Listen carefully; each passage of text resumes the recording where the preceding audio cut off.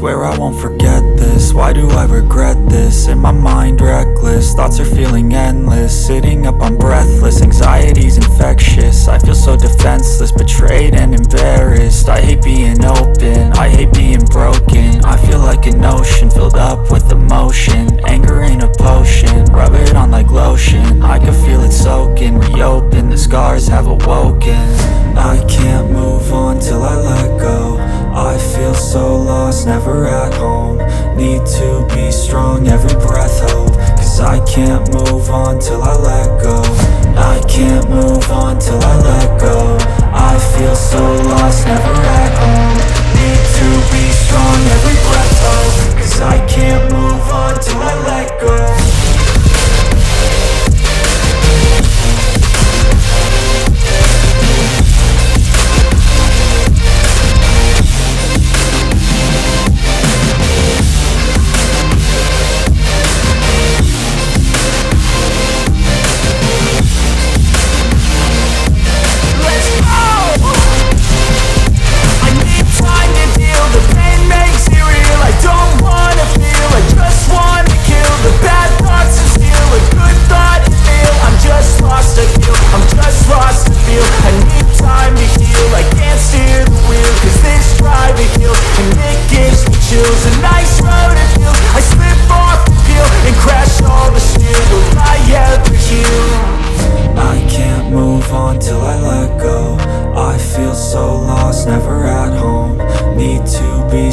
Every breath hope, cause I can't move on till I let go.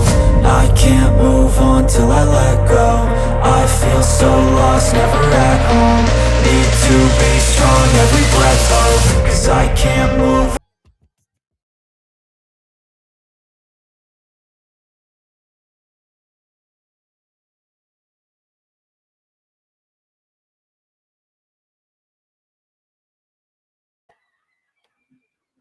Hello.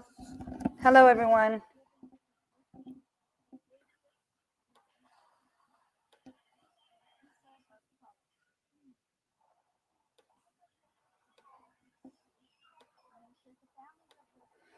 Drop in the link for whoever wants to hop on.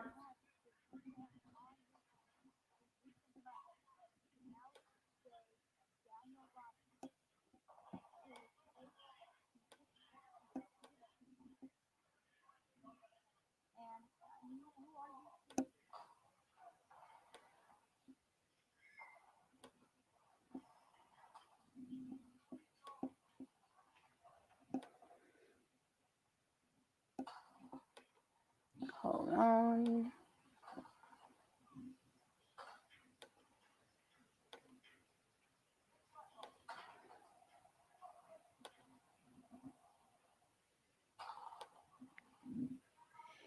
Day, excuse me, Day, a 25-year-old Illinois State University graduate student was reported missing by his family and a faculty member on August 25th, according to Bloomington Police Department.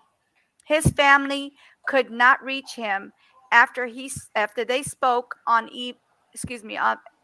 hold on one second. Spoke on the evening of August 23rd, which is my son's birthday, and he was last seen on surveillance video entering a retail store in Bloomington the morning of August 24th. Sorry about the glitch. Police located Day. Hold on one moment. Hello? Hi, how you doing? Oh, hold on one second. I'm good. Hold on one second. Okay, you guys, this is Daniel's dad. Hold on one second.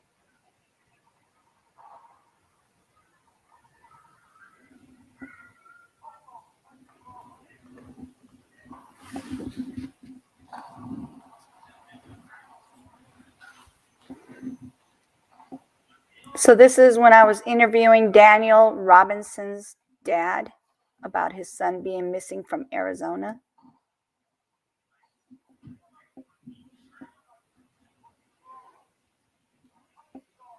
First thing I'm going to ask you is, what is your name, please? Yes, David Robinson. And who are you to Daniel? I am Daniel's father. Okay. Can you guys hear everything clearly? Yes. No, I'm asking them. Hold on one second. Can you guys hear me clearly? And can you hear him clearly as well? Multiple social medias hearing this. Okay. The more the better, right? We gotta Yes, ma'am. find him. Gotta find him.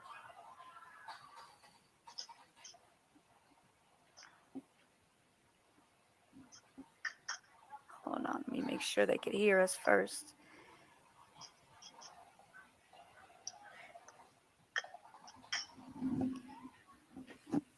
Shay, can you hear him clearly? Can you say something? Hello, Mr. Tracy. David? How are you? Yes. Hey, Here. at it again. Okay.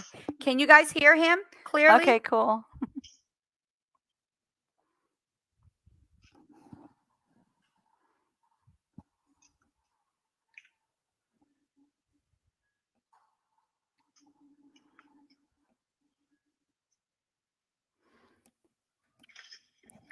I don't know what's going on here. There we go. Okay, yes, they could hear you clearly. Great. Okay, so first of all, I wanted to find out quickly because I looked online because I was trying to find out his actual age and like when his birthday was going to be. They're saying January 14th, 1997. Is that correct? That is correct. Okay. All right. So can you tell me what happened that day when I don't know why it Daniel buffers. came up missing, please?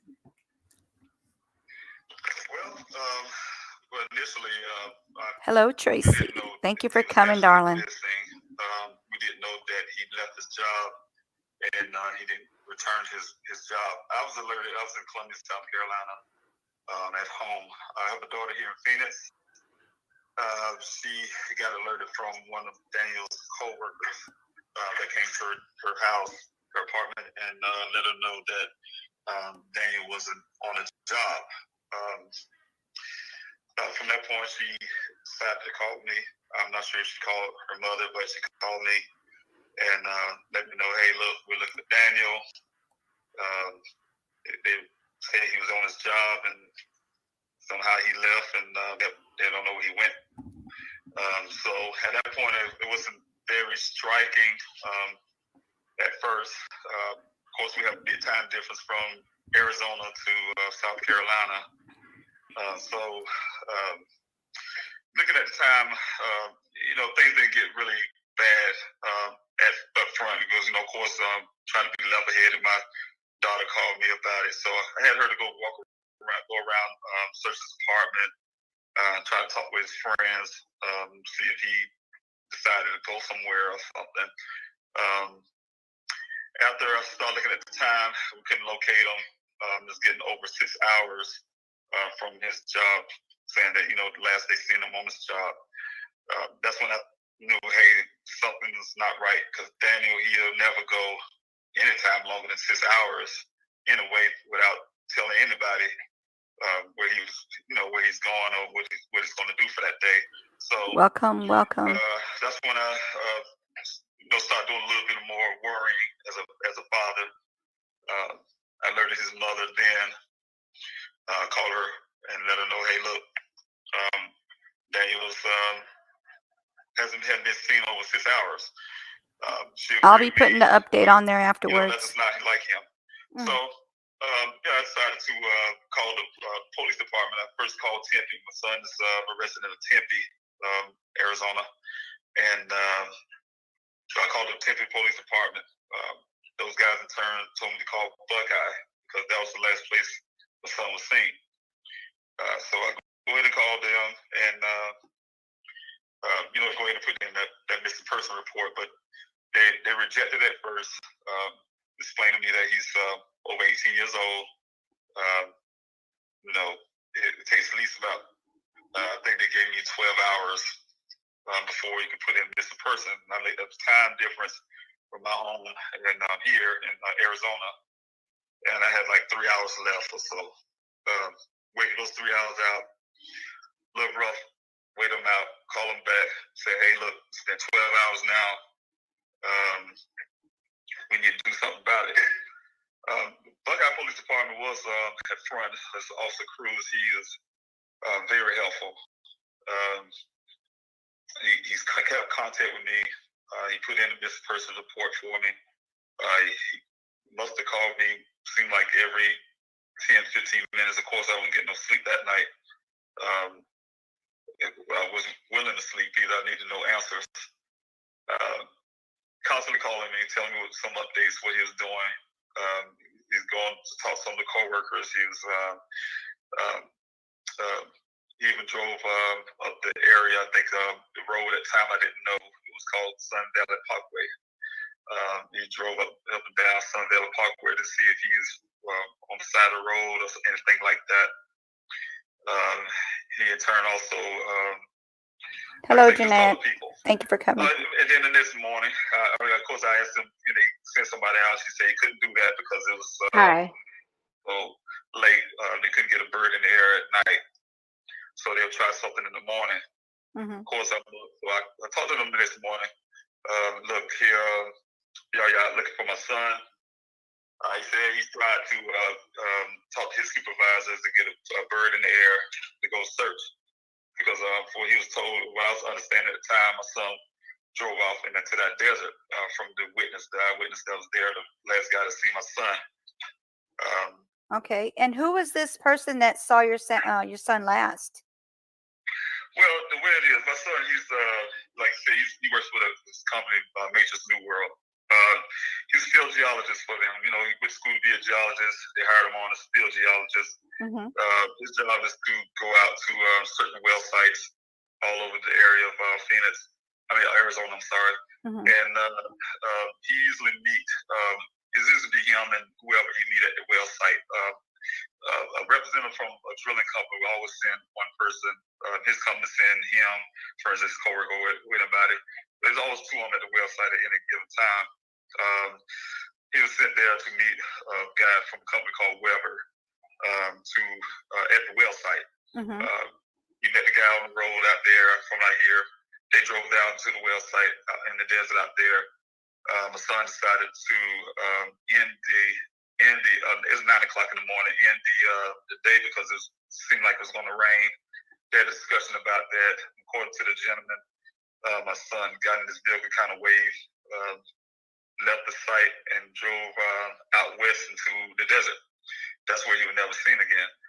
And so yeah, he's definitely his job is just to be out test the water, the rock settlements and things like that. So that's his job out there. Okay, so the guy who witnessed him leaving, saying bye and everything, was he questioned?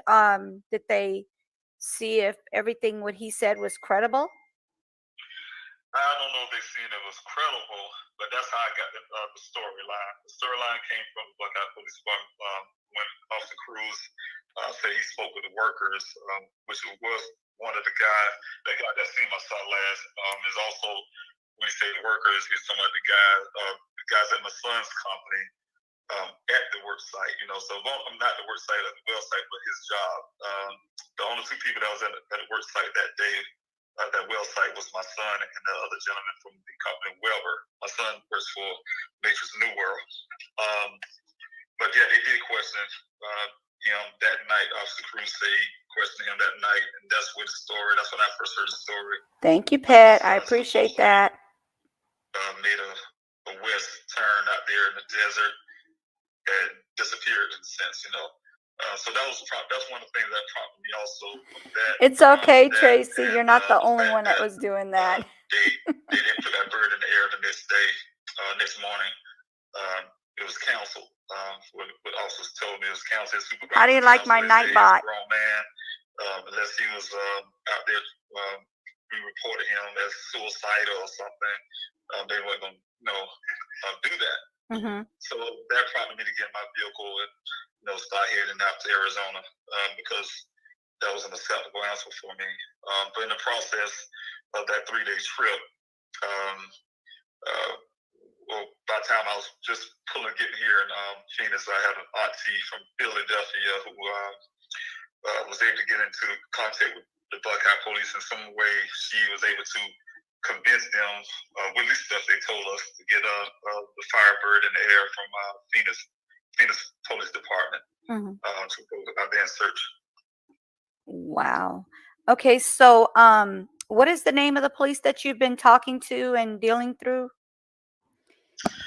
This was It's just to Officer let Cruz. people know that they Cruz. need to be And once I got subscribe here to on the the channel 26th when I get ready to June, do the that's gift. when they end up Letting adding the everybody know when detective. to I started dealing with who I choose to get, the, you know, that as far as department. like pick out the Okay. gift. Let's see. See Okay, what it says. so Please be sure to when be exactly subscribed to did this they channel. say the wreck happened? And was he in the I'm gonna car stop when the talking wreck for right now. happened? Do they know that? Well, if you listen, there's two different. I have an update on here. The father's going to be I talking guess to me on the next investigations video as since well. on two different theory. Mm-hmm. From the point of the Buckeye Police Department, one thing I know at the time, you know, of course, I was out there, was satisfied with the Buckeye Police Department search. They only did one search at the time, and also they had a second search. That's the first search I was speaking of, but then they had a second search with the Civil Air Patrol. That's before the vehicle was found, and so when the vehicle was found, it was found by a rancher. He owned that land out there. Hey, News, how are you? Cattle. Thank you for coming, sweetie. He ran into the vehicle. You know, of course, it was in the news at the time, local news. They looked for my son's vehicle, and he figured that's probably what the vehicle was because he remembered the description, so he called it into the Buckeye. So they're the one that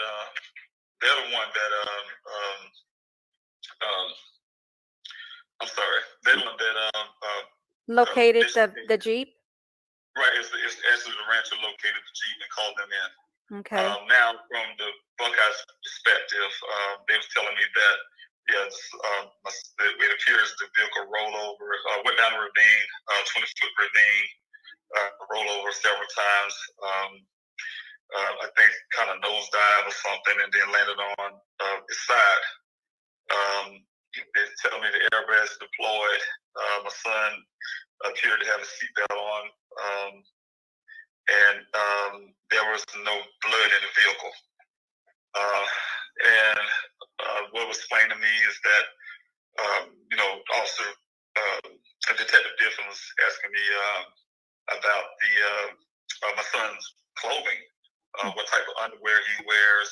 Do you wear briefs or boxers or something out of other? Mm-hmm. I told him, how would I know that? You know, but they say all of that was on the ground. His socks, everything he was wearing on his person was 3 feet away from the vehicle in the pile. His safety vest a foot away from that. They just say they didn't see any footprints or anything like that. They say they used cadaver dogs, search dogs. Hello, Buddha. And the narrative was, Thank you for coming. well, they tell me that the vehicle was going like over 30-some miles per hour at the impact. And like I say, he had a seatbelt on. Of course, I had to accept that story, other than the point where Detective Biffin started explaining to me that his theory was that my son most likely sustained a major brain injury, and he shredded his clothes off. He walked out there in the desert naked, and he went to go to a monastery to become a monk or something out of it. And of course, you know, saying things like that to me prompted me to, and also with my volunteers, we out there on the ground trying to search for my son, prompted me to get my own investigator. So the investigator changed. My investigator came in. He examined the exact data that the Buckeye Police Department pulled from the vehicle. He's an accident reconstructionist, by the way. Pull that data that they pulled from the black box off the vehicle. He let the damage on the vehicle. He also took the statement from the rancher who took dozens of pictures for the data that the Buckeye Police Department shared with him. He found that not only the vehicle was crashed multiple times, but when the first airbag deployment, the vehicle was cranked over 40-some times. It was driven over several miles. I think roughly, they say 7 or 12 miles after the first initial crash. Mm-hmm. And because of the terrain and everything, where the vehicles land, and looking at the tracks and everything, the vehicles seemed to have been staged where it was at, where it's located. And also, like I said, with the testimony of the rancher who chases his cattle, his land, he was there 2 days prior, and the vehicle wasn't there in that area. He explained a lot of the rancher explained a lot of things. Hey, look, there. They didn't have enough dirt on it. His cattle would have been licking on it. There would have been, cow stuff around it. Mm-hmm. They would have been, they would have been messing with it. They would have been messing with that vehicle. Only because he had also had a case of water in there, and they would have been trying to get to the water. Mm-hmm. They would have been messing with the clothing on the ground, that kind of stuff. With all of that, that was an indication of possible foul play. My investigator was able to take the entertainment system and get the exact time and when the first air diploma was made. The first initial crash, it was about 4 hours after my son went missing. Mm-hmm. On the same day. Mm-hmm. So it's a lot of information out there with that that indicates that it's possible foul play. We turned that over to Buckeye Police Department, which now took that information and shut down. They won't talk to my investigator anymore. They don't talk to me anymore and give me information. So I had to turn to petition and turn to the media to try to get them to do the right thing. Yeah. Yeah, because I was actually looking into the case, and he did say that they drove an additional 11 miles after the airbag deployed. I don't know how that happened, because when an airbag deploys, your steering wheel literally bursts. The whole part where the airbag is, it bursts. Yes. So how could that person or I'm not going to say your son, because how could that person, whoever it is that drove the additional 11 miles, could have did that? Like, that doesn't make any sense to me, because my husband has been in a wreck before. We live in Louisiana. He got into a wreck and he hit a deer, and he ended up, his airbag deployed, and there's no fixing it. You literally have to get a whole new steering wheel. There's no way. So that part does not make any sense to me. As well as he said they tried to turn it 46 times after the accident happened. Right. I'm like, what? I don't understand that. So they're not 100% that your child was in there when the wreck happened, right? I don't know. I don't know, and that's what the question I kind of asked the Buckeye Police Department. Like, look, I had to sit down with Chief Paul and his staff and his detectives. Once the vehicle's found, they literally, the detective literally called me in the next day when that vehicle was found. Had me up to the police department up there, and after he showed me the vehicle, threatened to have it towed away and charged me some kind of storage fee. I, of course, was angry about that. Found out they didn't do any forensics work on the scene, things like that. So, of course, I'm, very angry in there about that. Mm-hmm. I asked the same question. Look, how you know my son was in the vehicle? Yeah. The answer was, obviously, it's his vehicle, so he obviously was in it, something or the other. I was like, well, how you really know that? They did forensic work. No, we didn't do any forensic work with that because there was no blood in the vehicle. Okay, well, I think about scan, everything, fingerprinting or whatever. We'll make a long story of that. After I fussed about it, they waited 3 days or so afterwards. They decided to hold the vehicle another additional days to do fingerprinting on it. But it was after the fact that they moved it from the scene, got it back in their compound, and decided to do that kind of work.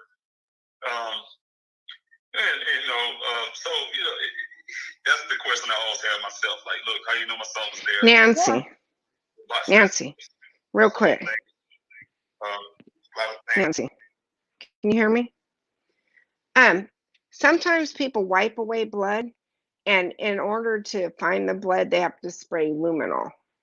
So, like, them telling him that doesn't make sense to me. Say They that one more can't come time.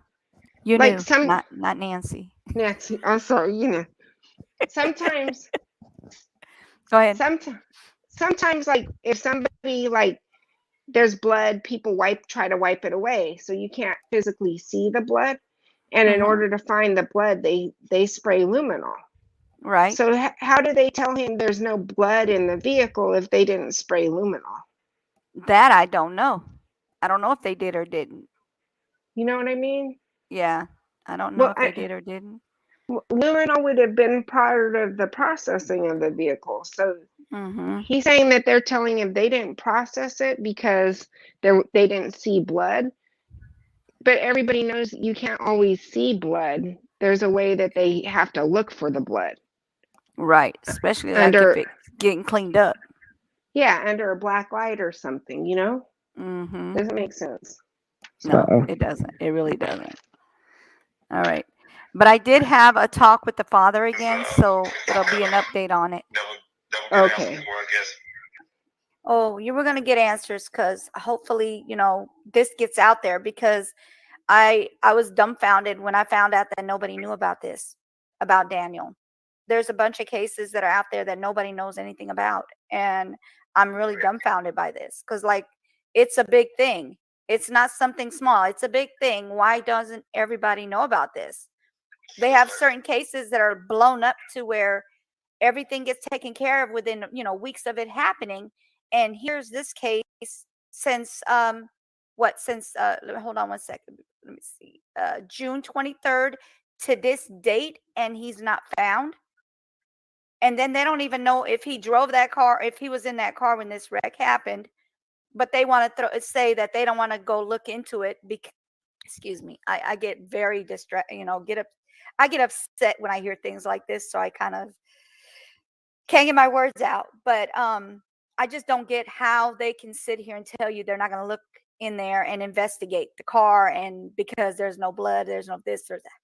There's a way to find things. There's the smallest little speck of anything, any tiny fingerprint, anything they could find that was not supposed to have been in that car, that is not your son's. They can say, hey, we'll start looking into this, and they can take these clues and turn it into something and be able to tell you what's going on instead of sitting here telling you they can't do anything about it. I don't get that. They don't want to do anything about it. That's my impression. Anytime you can turn a vehicle over to me the next day after you found it, you didn't do any forensics work, for instance, right? And then you turn over all my son's belongings and in evidence bags, but you got it marked for safekeeping.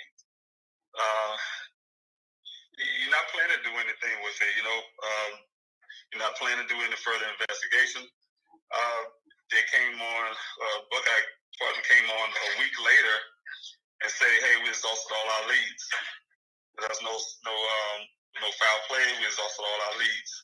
Wow. They were looking at leads because they didn't search for anything. Because it's ironic that when they said that, I was able to start a search. And I love my volunteers. They work hard, rigorously. We have our searches from 5:45 in the morning for a safety briefing. Mm-hmm. And then we'll be out there from 6 o'clock on. It's supposed to be 6 to 10, but a lot of people just stay on later. Yeah. And we found more things as civilians than Buckeye have as a professional. Wow. So they exhausted all their leads. How come we was finding things? We found a skull that they're trying to take credit for. Mm-hmm. Just certain little things. Found the human remains. We know those are human remains. We took pictures, but they now turn to say they're all animal bones or something. So, we found a lot in the same area they say they searched. Mm-hmm. So they don't want to really do real, real hard work. It's one thing to put a plane in the air and fly, and so you can put it on your logbook and say, hey, look, I was looking for this guy. Mm-hmm. We put a bird in the air. We had some air patrol. We did this. But when you count your searches up, you only did three searches. Mm-hmm. But you spread it out and you put it out there in the media, and you word it a certain way to make it seem like it was multiple, and you work with all these agencies, and No, it's opposite of that. It was opposite of that. The work was done by myself and my volunteers, and I give all the credit to my volunteers because they worked really hard. Thank God for the volunteers. Thank God for the volunteers. Yeah. Oh yeah, yes. And I'm not gonna let anybody take credit away from them. Those people worked hard, and they still out there. As we speak, you have people out there taking their own time to go search for Daniel. You would never see Buckeye out there searching for Daniel. So I'm not bashing the police, but I'm just making awareness of what's really going on. Sometimes wording or what people say could be a false perception of what's really going on. Right. So I hate to put this in this way, but this is the only way I could put it. But I feel like it's a race thing. If it was a white person, would they be treating you as the same? I'm just trying to put that out there. I hope not. And that's the thing. I think about 98% of my volunteers, for instance, are white people. And I love them. That's awesome. No, I'm not. Yeah, not on their part. I'm talking about in the police part of it, because I hear a lot of people say they take some cases and they treat them like gold, and other cases like they're nothing, like it's not worth their time. That's true. And that's what I'm saying. It's hard to want to think that way, but then you have to come to the reality. It always slaps you in the face every time. You try to think opposite of that. Like, you know what? Everybody's not the same, and then they end up turning out to be the same way. Yeah. When I was forced to look at other people's cases, I have people call me all the time about their loved ones missing and things like that. And so that kind of forced me to start do my own research about things. And I see a lot of people of color, for instance, you never hear about.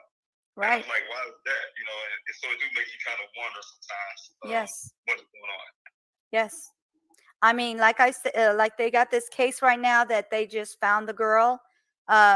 She was murdered, and it was a homicide. But they got that case done like within approximately 2 weeks. And here, this has been going on since June 23rd. I mean, this is ridiculous. It's unacceptable. I don't understand why they would do this. There's so many cases out there, like you said, people of color who are being treated like they're, way different than they treat white people. I'm sorry to say. I hate to put it that way, but that's just the way I feel. My husband is African American, so I'm not, but he's definitely African American. My kids are mixed, so I definitely see a lot of that. I do see a lot of that because my husband's African American. I do see a lot of it, how they treat people and mistreat them. So I hope this gets out here. I will, like I said, I have it going on my Facebook. I have it going on my multiple YouTube channels. I'm also going to share this on my Instagram. Once I'm finished, I'll go ahead and send it to them. They'll be able to look at. I have over 4,000 people on there. I have over 10K on my TikTok. So I will be sharing it on all my social medias. And I want them to all to try and see if anybody's in Arizona, they can try and help and look for him as well. Yes. You guys need all the help you can get. And I know you probably got a massive amount of volunteers, but it's never too much. Exactly. And also it brings awareness to other people, families who go through the same thing. Yes. Yeah. I just actually was looking on the website while I was waiting for you. I was actually looking on the website, and I saw another person that's been missing for a while now. His name is Jemiah, I think is how you say his name, Jemiah. Yes. You heard about him? Yes. Yes. So that's another person that needs to be looked into as well. Like, come on, what is going on in this world? Stop. I don't get it. You guys they need to really look into it as soon as it pops up. And, as soon as the parent calls, says, look, because nowadays, it's going on too much. So when a parent calls and says, my child is missing, take it serious. Nobody's going to play around like this. Nobody's going to sit here and say that something's going on that's not going on. So they need to take it serious. Yeah, the first 48 hours is crucial. Yes, because how do we know if let's just say it was him driving and he was injured? He could have been sitting on the side of that car until somebody came and helped him. If they would have just looked for him and within 24 to 48 hours, who knows? Maybe the outcome would be different. You wouldn't be sitting here searching for him. You wouldn't have a PI looking for him, searching, trying to figure things out with the car, the way it was driven 11 miles more. And they're finding, you said they found his clothes outside of the car? Yes, everything he was wearing, right. Indicating that he, walked off undressed. That's weird. Why would they say that? That doesn't sound right to me.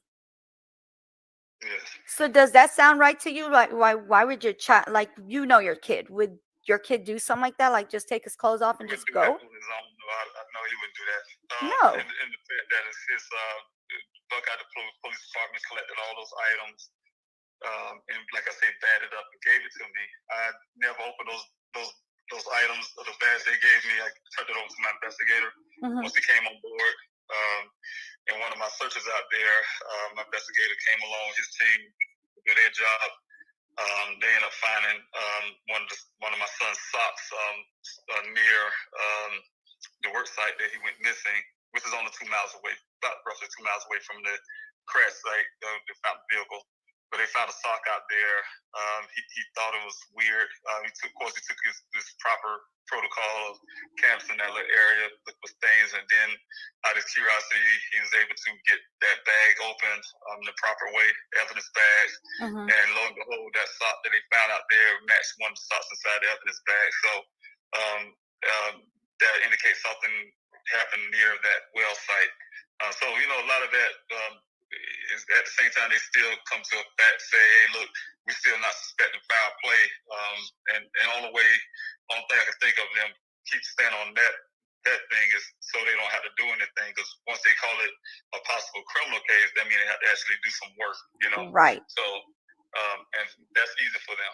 If they can keep it that way and keep it just a missing person case, that means they don't have to do anything. Right. I have someone in the chat that said, have they checked the fuse box to find out where the vehicle dislocator is and fingerprint it? I don't know what that is. Buddha, sure. can you expand on your, like put a detail in text in there or chat in there, please, so we can see if we can explain that? It would help a lot, please. Thank you. Yeah, and then Shay in there also says it seems like foul play to me. It does. It definitely does. I mean, like he said, it doesn't make sense how if the Jeep was in such a bad way and then somebody just drives it a whole nother 11 miles after the airbag deployed. I really don't get that part. So let me see if she can figure it out. Maybe I can look it up. Let's see, the fuse box locator. Let's see. I can look that up while we're on here. Okay. Fuse box dislocator.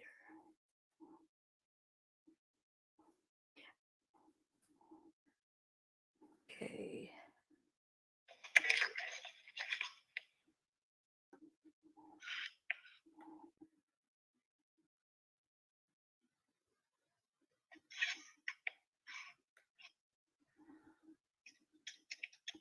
It's saying like where the electrical fuses are. Yeah, I haven't actually everything on that vehicle. My investigator, he in turn took possession of that vehicle. So anything, I haven't even personally myself looked into that vehicle. I haven't even touched the vehicle. So those that device that was she's asking, the person asking, I never heard of that device, but I'm sure my investigator went through everything on that vehicle. I'm really confident he did. At least I hope so. Right. Can you maybe mention that and see if maybe he knows what that is to explain to you a little bit more of what it is? Yes. Yeah, that would be great. And then if you could give me that information, that way we can put it out there. Then, once they do find out if there's anything, if there was anything else they could find, I really want to help you find Daniel. That's his name, guys. His name is Daniel Robinson, and his dad's name is David Robinson. He has brothers and sisters that's going through it as well. They want to find their brother, and he wants to find his son. And I know that you said you had somewhere to go by what time? Yes, my time is located now. Oh, okay, you're there. Okay, so yeah, that's what we need to do. We need to try to get this word out about Daniel Robinson being missing and where he's from, what happened. Share this as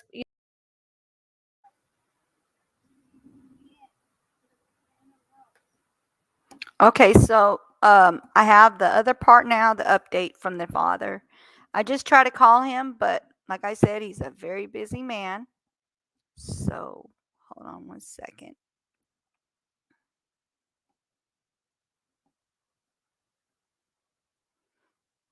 Let me share it.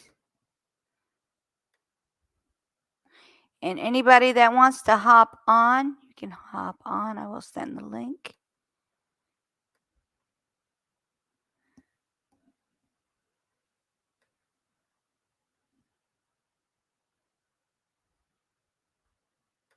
Several in his apartment. Like I said, on the in the vehicle itself, there was a work laptop.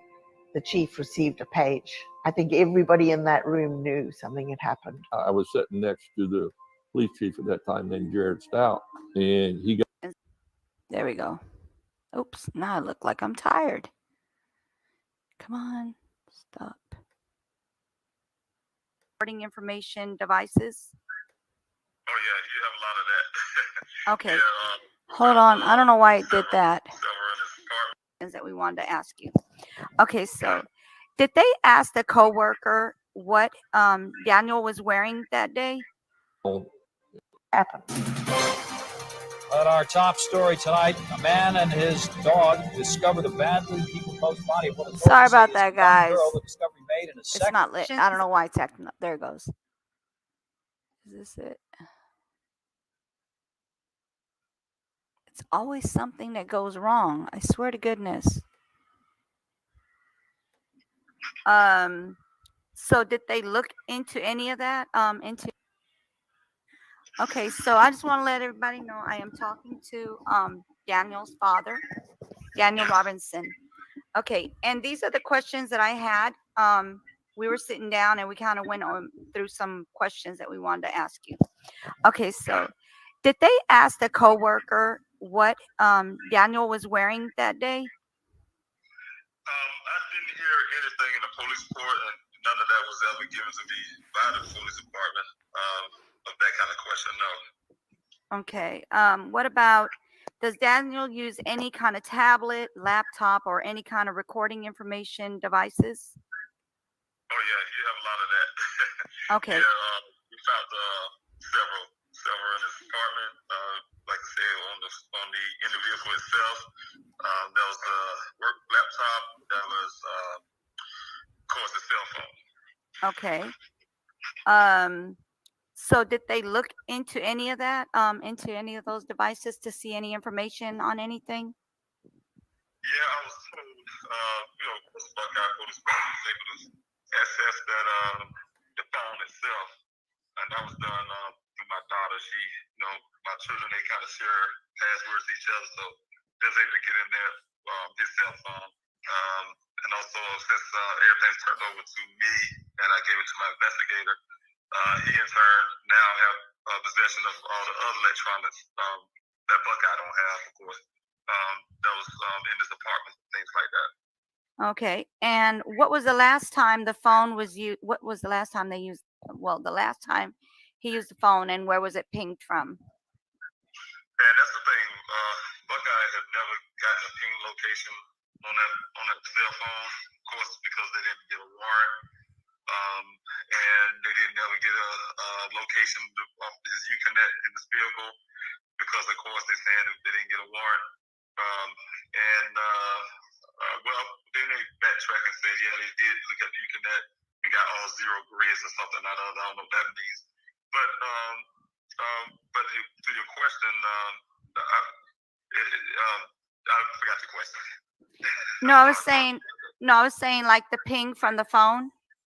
Yeah, the pings. Yeah, you didn't get any pings at all. They didn't get no ping locations, and we've been asking about that, of course, as a family. No kind of ping location, no anything. So Okay. we're aware of.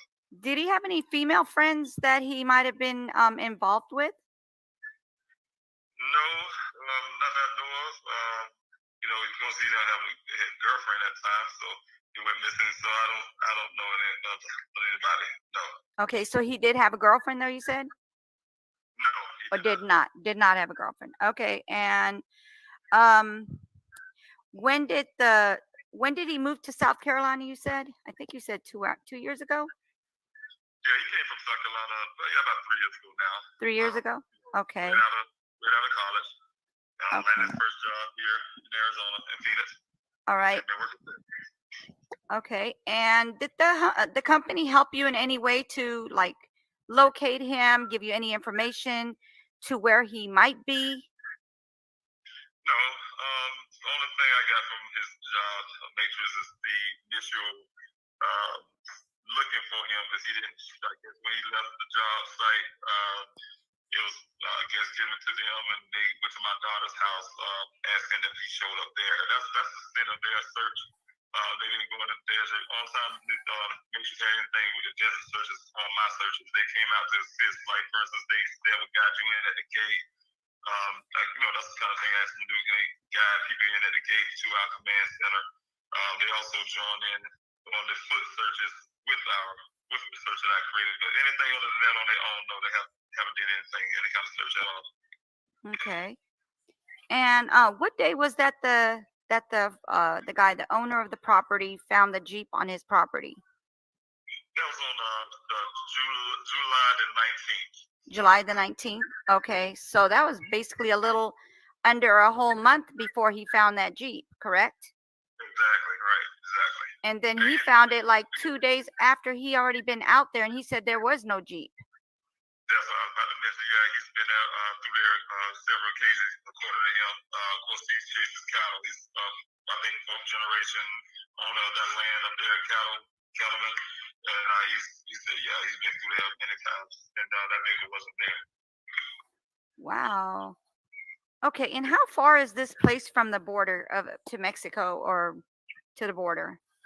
I do not know. I know it's the south, of course, south of where my son's vehicle was found, but I believe, not mistaken, even if you go south, you have to go through an airport, a small airport area through there. So I really don't know. Really, location and distance wise, I wouldn't know that. Okay.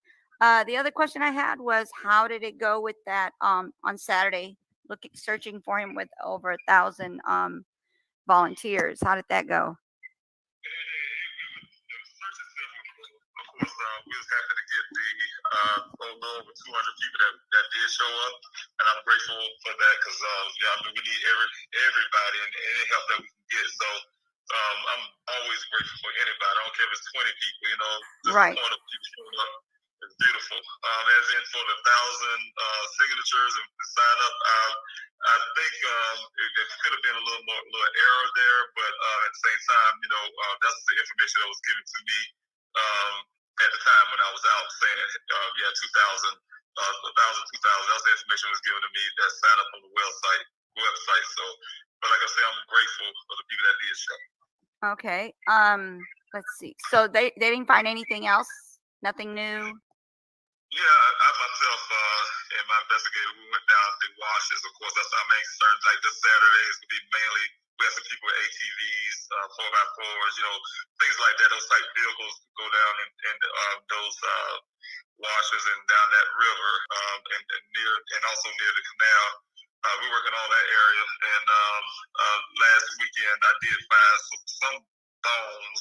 A few of them we feel like it was cow bones, of course, but some of them are questionable. But the ones that was questionable to us, we just went ahead and sent those over to the Buckeye police. We made them aware of it. Okay. So you guys are actually finding more than just animal bones, correct? Yes, that's true. We find the clothing. For instance, one search, recent search, last search, we found a pile of clothing sitting out near the well site. My son went missing. Hello, It's Trending. How kind of are you? ironic being in the same pattern in a sense. You know, the underwear, the pants, the shoes. As it appears that this person was stripped down. His clothes was in the pile there, and but of course I realized that wasn't my son's because of the pant size. I mean, of course we don't touch those items, but you can see the pant size just by looking at it, taking pictures, and it didn't belong to my son, but it belonged to someone. But we turn those off, things like that. Even those things we'll turn over to the Buckeye Police Department. We don't hear anything else about it. They don't give us information. For instance, I got family members calling me about the skull and the other remains, and I can't give them information because Buckeye they'll take it, but they'll never give us anything back. Let us know what's going on. Wow. Oh, the other question I had was, the guy that he was with, he was last seen with. Do you know what time he last seen him? The gentleman that was from the company Weber, that was out there, my son and him, the only two out there at the well site, he mentioned that it was around roughly 9-ish in the morning when he said my son drove out from that site. Okay, so do they normally work early like that, or like get off early like that, or was it like maybe something he had to go do? Yeah, he's the way it works. He gets assigned a job. Sometimes he work at night, believe it or not. Sometimes he work in the day. It's easy for him to be out there late. Some cities he go to, he has to, actually get a hotel room, things like that. So it's not a time stamp type thing. He just get assignment. For instance, he went to a well site before he went to the one. He ended up missing that. Went there first, finished what he had to do there, and then showed up at that well site around close to 9-ish in the morning, and that's when we went missing. Okay, and how long has he worked with this guy, the one that he was seen last by? According to him, he said my son was there only, I think, just a few minutes. I think it was probably 5 or 6 minutes. It wasn't long. Okay, so 5 to 6 minutes to look at like rocks and dirt, or however, like the things that they look at. I know it's like earth things that they look into, and it took only 5 to 6 minutes to look at stuff. I mean, that doesn't make sense. Does it make sense to you? Well, that don't make sense, but what it was explained to me is that when he got there, he followed the gentleman down in there, like I said, it's a mile. You have to go from the main road, you have to go a mile west, and then you have to go 2 miles north to get to this well site. But he said once they got to the well site, immediately started drizzling or something, appeared to be raining. And that's when my son decided, hey, look, he had the ability to close the site down if he wanted to.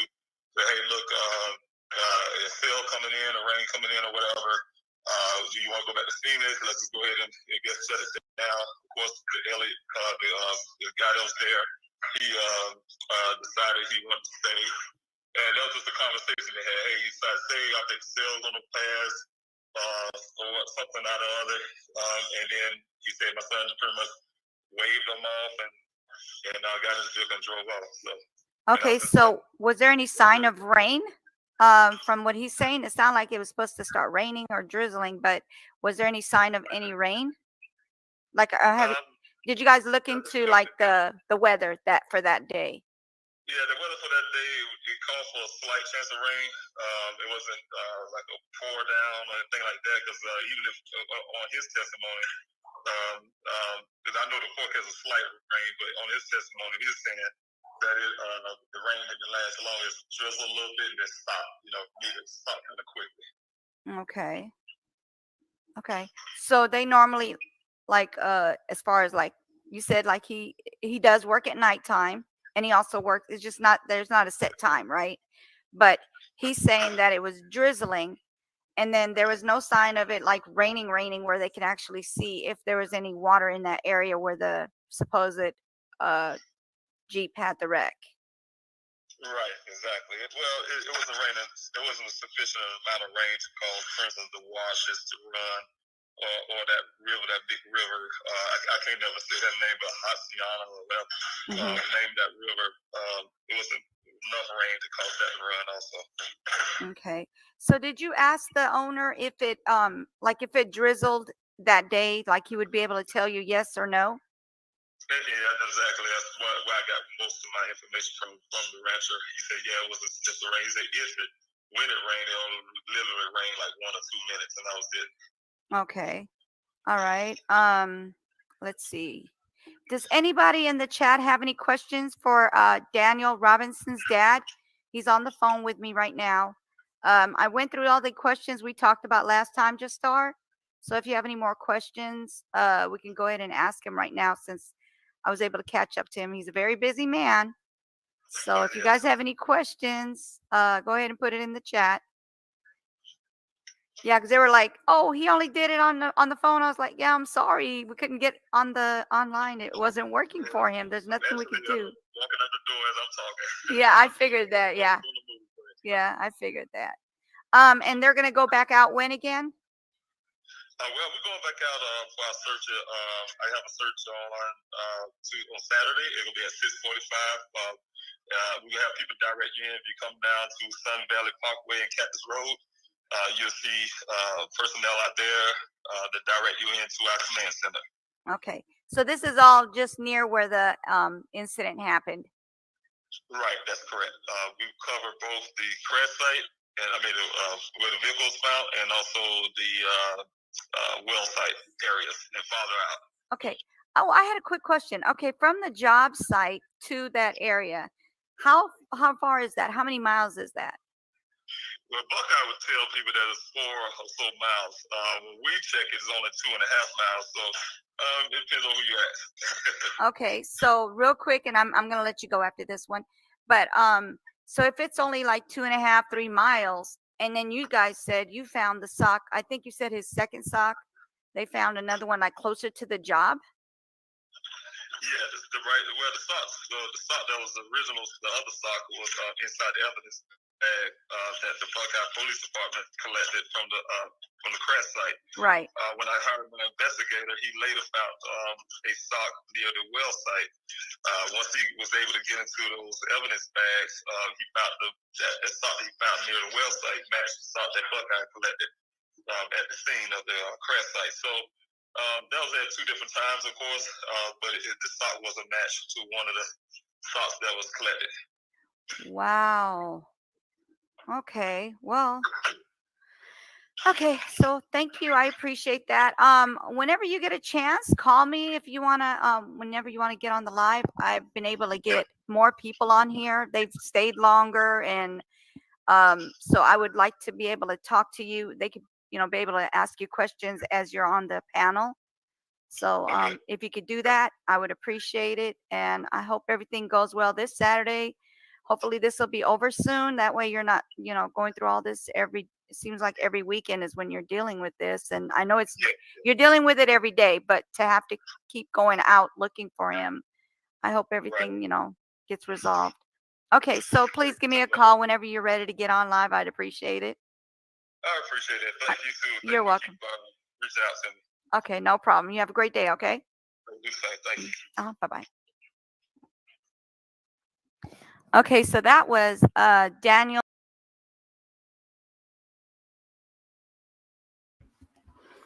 Yeah, so thank you. I appreciate that. At it again, media. I appreciate that. I just want to tell you, whoever's trying to get some more subscribers or some more family members, because for me it's family members. You can put "you new" in the chat, and my bot will put your link in there, which is amazingly cool. Yeah, I learned Trending taught me how to do it. She helped me fix that. Yeah. And then you can't curse in here because if you do, you get muted. Yep, that's what happens. You get muted. But anyway, so let me share this information I found today. Yeah. Let's see. I have not seen this, but I got it right before we were getting on. Hold on. Let me share it first.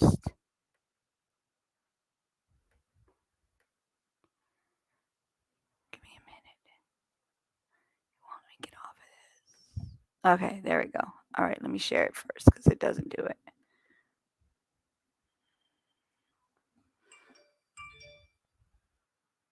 Okay, will do.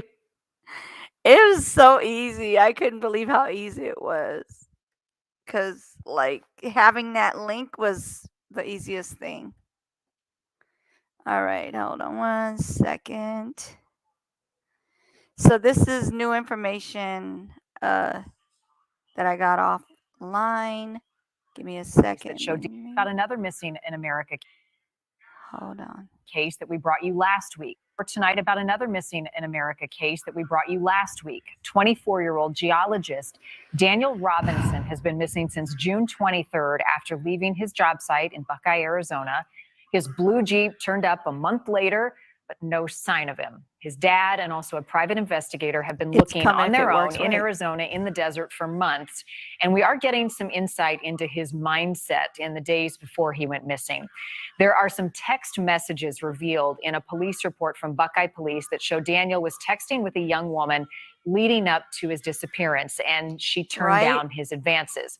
Robinson worked a side job delivering for Instacart. He also delivered liquor to a woman named Caitlin at her home. She and her friend had invited him in, apparently, and they exchanged phone numbers. Well, within the week, Robinson reportedly showed up unannounced and sent these messages saying, quote, "I couldn't stop thinking about you." She wrote back saying it made her uncomfortable and that she didn't want to hang out with him. According to the text, Robinson showed up at her home again, eventually asking Caitlin, "Do you hate me? Honestly, you showing up at my house unannounced," she said, "made me extremely uncomfortable. I don't see us hanging out anytime soon." All of these messages were then turned over to police and part of their initial report. As of tonight, Daniel's disappearance remains a mystery, and police say there is no evidence that any violence occurred or any foul play has happened. Like that. Add it again. You have to put it just like how she put it in there. We have asked you to send us cases like Daniel's and like Lauren's that you think we should be covering, shining a light on, and paying more attention to, and we have heard you. In the last 2 weeks. Oh my goodness.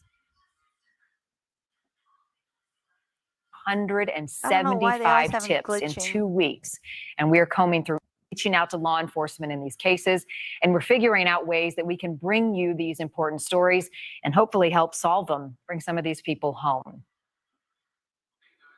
All right, so let me see what's on here. So basically, they're trying to say that he was talking to a young lady. Hold on, let me see what's this getting ready to come on here.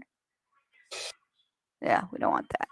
Okay, so it says Buckeye, Arizona, a 24-year-old geologist in Arizona who has been missing since June 23rd was rebuffed by a young woman in the week leading up to the disappearance, according to the police record. Police records obtained by News Nation show Daniel Robinson had been texting with a young woman named Caitlin.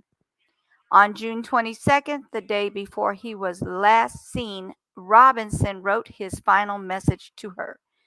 "The world can be better, but I'll have to take all the time I can and we can, whatever to name it. I'll either see you again or never to see you again." June 20th, he told the woman he loved her, but she did not respond to his message directly. Daniel Robinson was left seen leaving his job site in Buckeye. His blue Jeep turned up a month later, flipped on its side with his wallet, phone inside, but there was no sign of him. Daniel Robinson met Caitlin while delivering an Instacart. He delivered liquor to Caitlin's home. She and her friend reportedly invited him in, and they exchanged phone numbers. Okay. However, Caitlin said in the text that he showed up to her house uninvited multiple times after that.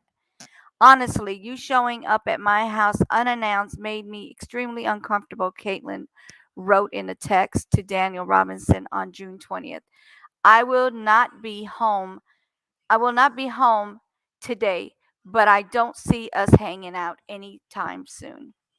A day after that, Daniel Robinson wrote, "I'm outside of your house. Please stop doing that. I'm not even home. This is not okay," Caitlin responded. Robinson asked her if she hated him. Her final message to Daniel Robinson on June 21st was, "I don't hate you, but please leave me alone." All of the messages were turned into the police and were part of their initial report. David Robinson, Daniel Robinson's father, told the police his son had mentioned being in love with a woman he didn't know anything about, according to the police. The friends, family, and co-worker listed in the police report told investigators Daniel Robinson was not suicidal and his father is still convinced he's out there.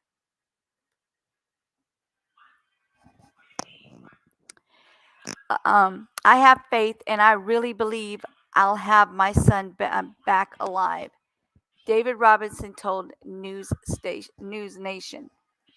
Some who have examined the case, including the family's private investigator, Jeff McGarth, don't believe Daniel Robinson was in the car when it flipped over. McGarth pointed out that the vehicle had 11 additional miles on it from when the airbag deployed. It had 46 additional ignition cycles on it after the airbag deployed. He also said there was paint on the vehicle that could not be attributed to the place it was found. Anyone with information about the case is urged to call on 803 200 7994. You can read the full police report below. Okay, so we're going to do that. Can you guys see it? Let's see. Can you guys see the information on here, or do I need to make it bigger? Can I make it bigger? I don't think I can. Okay, so basically it says missing person, the date, the address, where he came up missing. Let's see.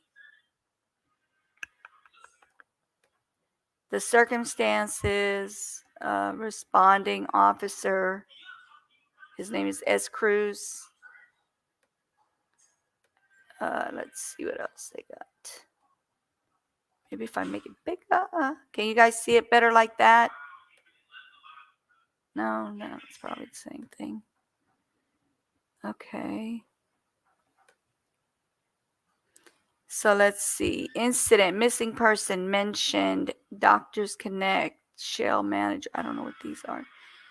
I'm assuming these are involvements on the dates.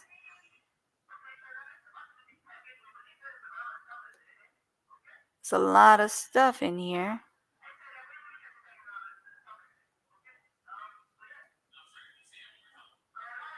So it has the date that everything had happened. Let's see.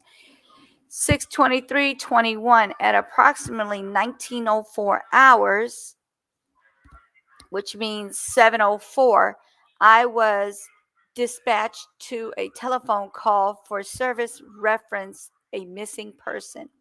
I observed the call notes, which showed that the reporting party, David, blah blah, lives in the South Carolina, and that he had not heard from his son Daniel since this morning when he was at the job site in Buckeye. I called Daniel's cell phone multiple times. The phone rang, but I received no answer. I then called Daniel's work, Metrics New World. I spoke with Georgia at the front desk and and let her know about my investigation. Georgia was very concerned and said that he would start calling. Wait, is it he? Georgia was very concerned and said that I'm sorry, not she, not he, she would start calling some supervisors and they would be calling me. Hold on, let me see if I can bring it up a little more. It doesn't get any bigger, guys. Let me see. Can it? Can you guys see it bigger? Let me see. Ooh, that's too big. Hold on. Okay, that's better. That's better. Can you guys see it from here? Or am I looking at the wrong thing? Hold on. You know what? You guys aren't even seeing that part. Give me a second. Can you guys see this part or not? Because it looks like you're seeing the same thing over and over. Anyway, so that's what the reading is saying. Let me bring it closer so I can see it again. All right, you guys. Sorry if I'm stuttering some of these words, but I don't read loud it makes me nervous. Let's see. Then it says, then I spoke with David by telephone. David said that his daughter had been to Daniel's apartment and that Daniel was not there, and neither was his vehicle, which was described as a blue Jeep Renegade. David also said that they had been receiving information from a coworker of Daniel's. He advised that Daniel had been to the job site in Buckeye, but that he had left in the morning and had not come back. Had not come back. So let's see. Then spoke with Kevin, who is a supervisor with the company. He advised Ken with the company, Weber, was the person that had met with Daniel. So that's the guy he was out with doing the job. Let's see. I spoke with Ken on the phone, and Ken advised that Daniel arrived at the site around 9 and that it was raining. So how could it have been drizzling if it was raining? Okay, so it was raining. Ken said that Daniel was saying things that did not make sense, like asking if Ken wanted to go rest and then asked if he wanted to go to Phoenix to rest. Okay. Ken advised that Daniel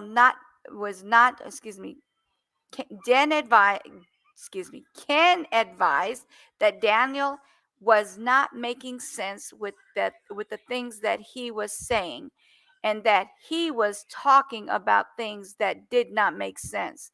Ken said that Daniel was there for approximately 15 minutes and that he suddenly left. Ken said that he was concerned because Daniel's behavior and spoke to Steve, who is the project manager, and let Steve know what had happened. Ken said that he continued working and that he was receiving updates through the day from Steve. Whoa, what's going on here? Hold on. And then it just shows all the stuff that I just told you guys about.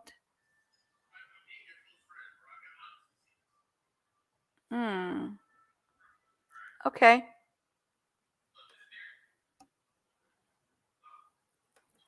So you guys heard it. Okay, let me see what else they have down here. Okay, there's nothing on that one, so let me pull that one off.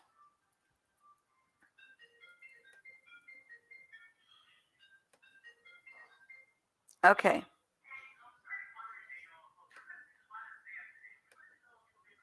Let's see what they have on this one for you guys.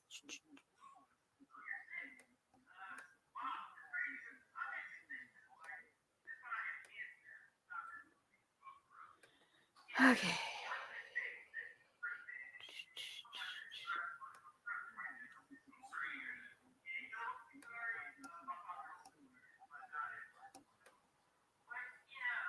Hold on. Shay, if she holds her brother, or if she told her brother or the male friend that he was scaring her, who knows what it might have did. Right. Exactly. Hold on. If you're in here, add it again. You need to put you knew, just like trending did. So it's like lowercase u new together. Put it together, and then it'll the robot or the bot, the night bot will send it through for you. We'll show it. Hold on, let me pull this up. Give me a second.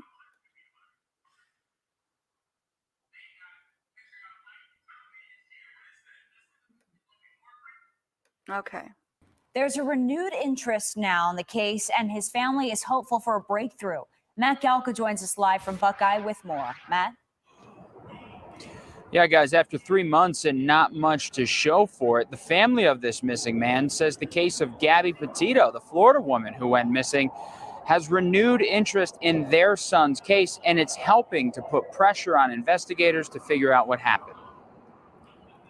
Tomorrow will mark 3 months. It's been an agonizing 3 months for David Robinson. His son, 24-year-old Daniel, has been missing since June. I'm still going to not concede that my son is not here anymore. Daniel is a geologist who often worked at remote sites, most recently in a remote part of Buckeye.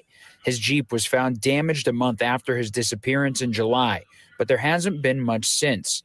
But there has been renewed interest in Daniel's disappearance since the high-profile case of Gabby Petito, a missing 22-year-old whose body was recently found in Wyoming. David Robinson says there's finally some movement on his son's case, but believes the police could do more. I don't feel like they're doing enough. When I got here, of course, it took them 3 days just to do their initial search for my son.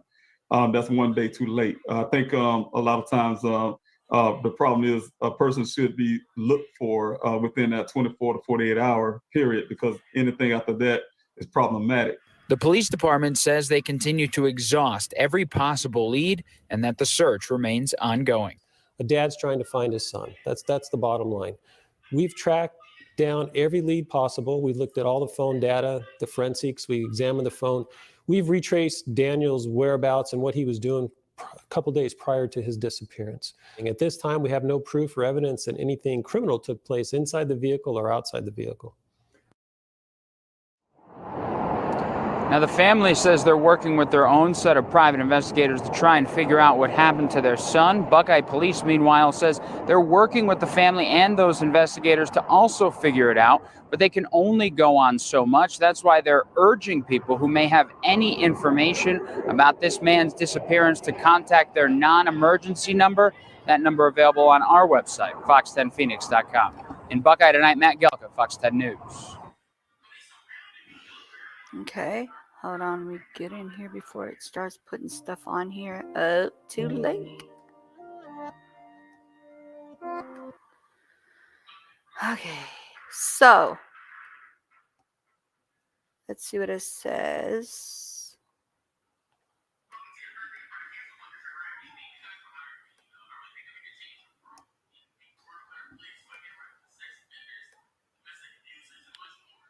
Okay.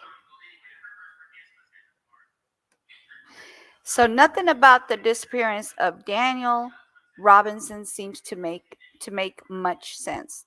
The young geologist was always close and in contact with his family until suddenly he disappeared for significant chunks of time. Let's see what else they got on here. They telling me I gotta register? Really?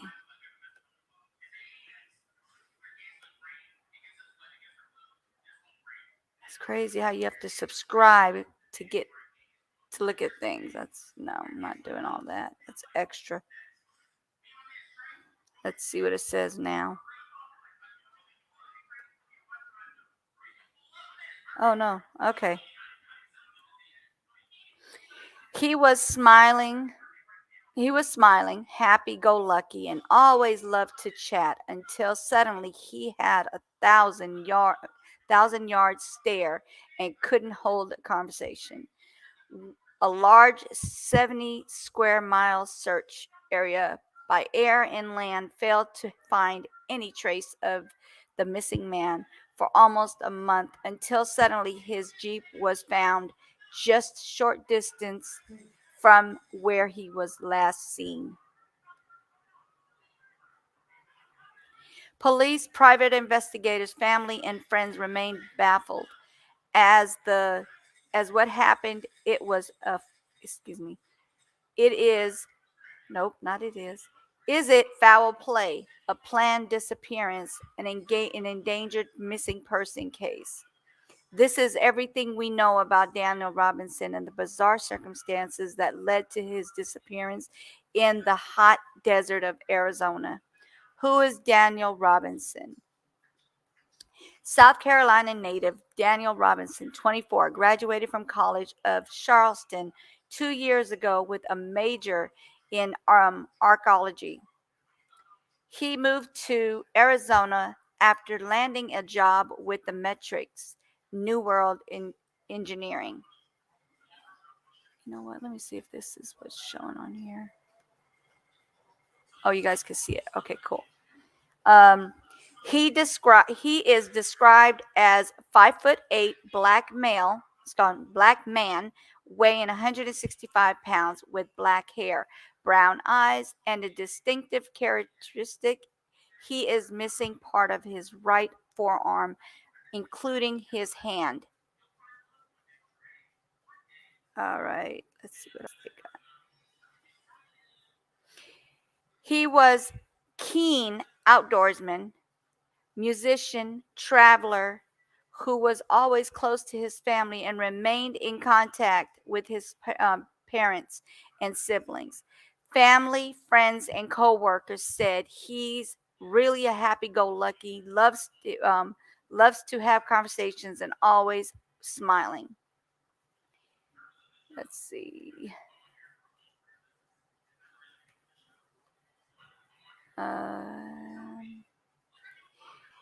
In the weeks leading up to the disappearance and on the morning he vanished, Mr. Robinson went from behaving normally to behaving erratically.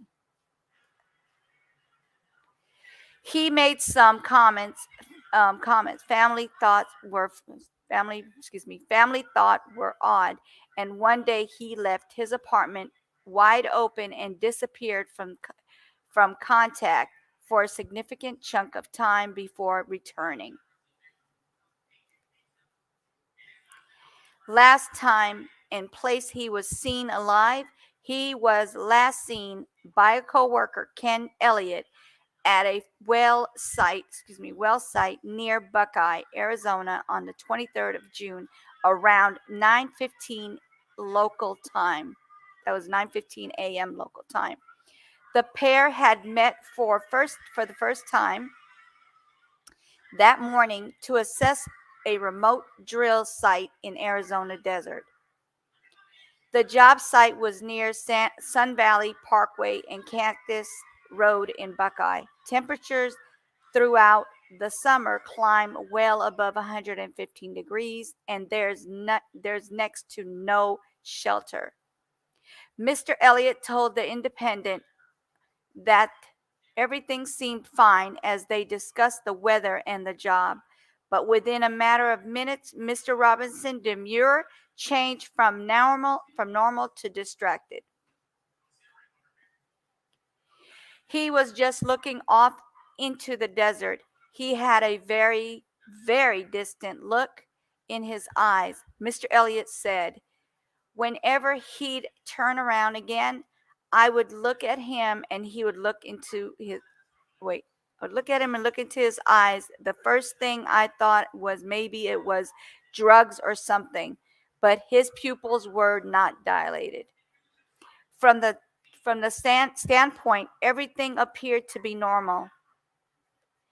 Mr. Elliott said, then I thought this was a medical condition or something. I wasn't too sure. I kept watching him, but he just kept turning around and looking off into the desert. Then he just turned around and walked back over to his Jeep. And I said, wait, I just assumed he was going to get something out of the vehicle.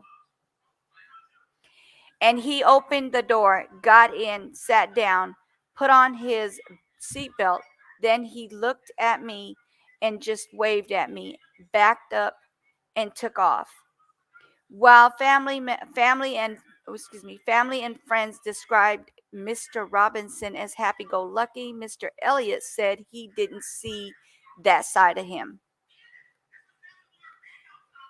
Okay, you guys, give me a second. My dog seems to be barking.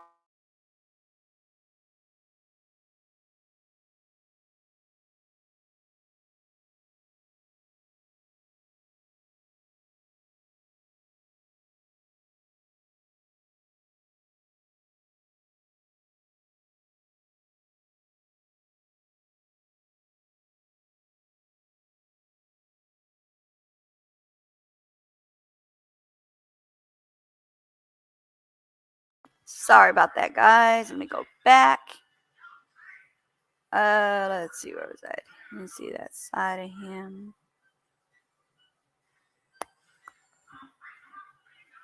Okay. He was reported missing soon after disappearing. Mr. Elliott informed his co-worker by phone about the situation, assuming the younger geologist wasn't feeling well and would call in sick. Hours later, no one had heard from Mr. Robinson, and Mr. Elliott went investigating, find the 24-year-old Jeep tracks heading further into the desert. Okay.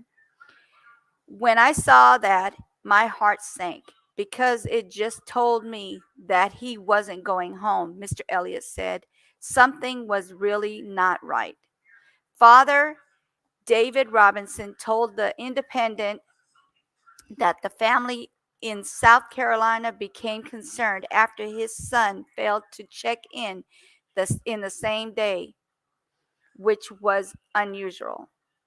Hold on.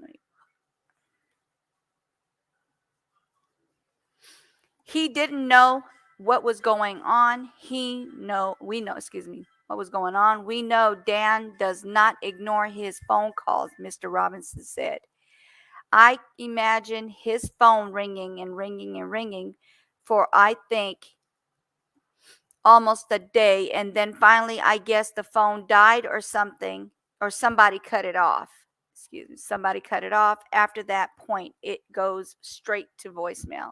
He was reported missing to Buckeye Police Department the same day he was seen. Search continues. The search has been led by Buckeye Police Department using UTV, cadaver dogs, boots on the ground, and drones flying overhead, along with assistance in the air from Phoenix Firebird helicopters and civil air patrol. Family members traveled from East Coast to Arizona to join the search, which covered an area of 70 square miles. On the 19th of July, almost a full month later, a rancher found his 2017 Jeep Renegade in a ravine just a few miles from the work site where he was last seen by Mr. Elliott. It had landed on its side with significant damage. Police said a seatbelt had been worn at the time, and the airbags were found deployed. The vehicle contained Mr. Robinson's phone, wallet, keys, and curiously, the clothes he had. He was last seen wearing. Bottled water was also found. Sorry, you guys. The ravine was searched on the ground, by foot, and in the air by the Department of Public Safety Ranger helicopter. But they found no further trace of Mr. Robinson. On the same day, the family hired a private investigator, former police officer Jeff McGarth. On 31st of July, a human skull was found, but it did not belong to Mr. Robinson, nor did it belong to another missing person. Its identity remains unknown. Other remains discovered during the search were determined to be animal bones. Strange circumstances after the disappearance. Based on GPS data, Mr. McGarth told the man's family that the vehicle got into multiple accidents after the geologist's disappearance, but before it finally fell down the ravine. Evidence from the vehicle strangely shows that it crashed. The airbags deployed, then drove another 11 miles and was involved in another crash, said Mr. McGarth, who specializes in accident investigations. The first crash was 4 hours after he went missing, based on the GPS data. While there was some paint transfer from the vehicle. After the first accident, it's unknown where the vehicle was taken next.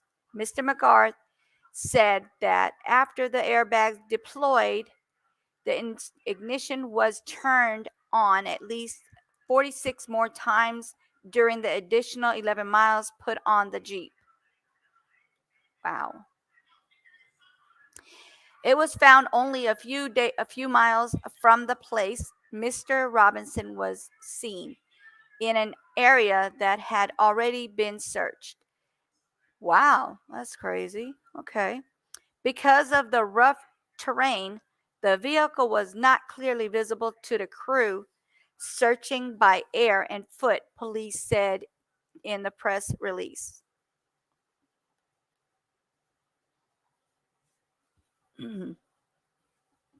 What police think happened. There was no blood found in the car, and there was no indication of foul play, police said. Carasa Plenap, I don't know if I'm saying it correctly, but okay. Buckeye PD public information officer said that they were continuing to analyze the evidence and data taken from the geologist's vehicle, but they still have no indication of where he is or what happened.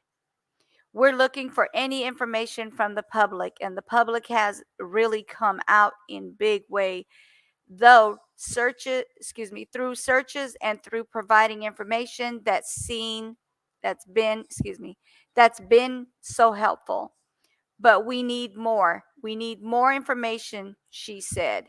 The search and the case remains open. Mr. McGarth says, at minimum, we have an endangered missing person case. If he's not right in the head and he just kind of wanders off, that could be a problem, he said. Maybe he did just take off, but he's got nothing. There's no evidence that he built an account somewhere to have money. He didn't have much money to begin with. He didn't have a phone, his ID. He didn't see anything. He didn't see any of that pre-planning you would see in somebody just wanted to go be somewhere else. Wow. Okay. What the family thinks happened. While the geologist family are holding out hope and trying to keep the search alive, his father believes he may have met with foul play. Mr. Robinson believes his son Jeep found 2 miles away with no blood or signs of bodies nearby was dumped. Wow. He was returned to the area near where we were searching. My theory would be maybe he tried to throw us off. He told the Independent. Buckeye Police Department, they did a search. They didn't find a vehicle. And also my search team had been out there. They hadn't seen the vehicle, he added. As Robinson's family continued to search and hope and pray, the elderly Mr. Robinson said he's clinging to one specific personal theory. I believe that somehow God's going to bring my son back alive, he said. That's amazing. I would think that way too.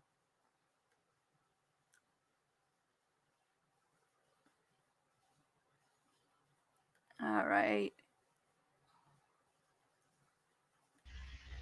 Hey, at it again. I'm sorry I didn't even see you in there. I'm sorry, baby. I've been reading and reading and didn't even see you in here. Sorry. Yeah, true mystery. Yes. Oh, I got it. Hold on. Wait. Hold on.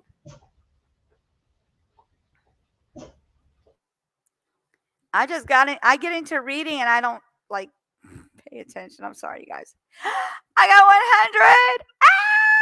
Thank you, everybody. Thank you. That means you guys on Friday, you will know who the winner is. We're gonna be doing it on my live on Friday, game night.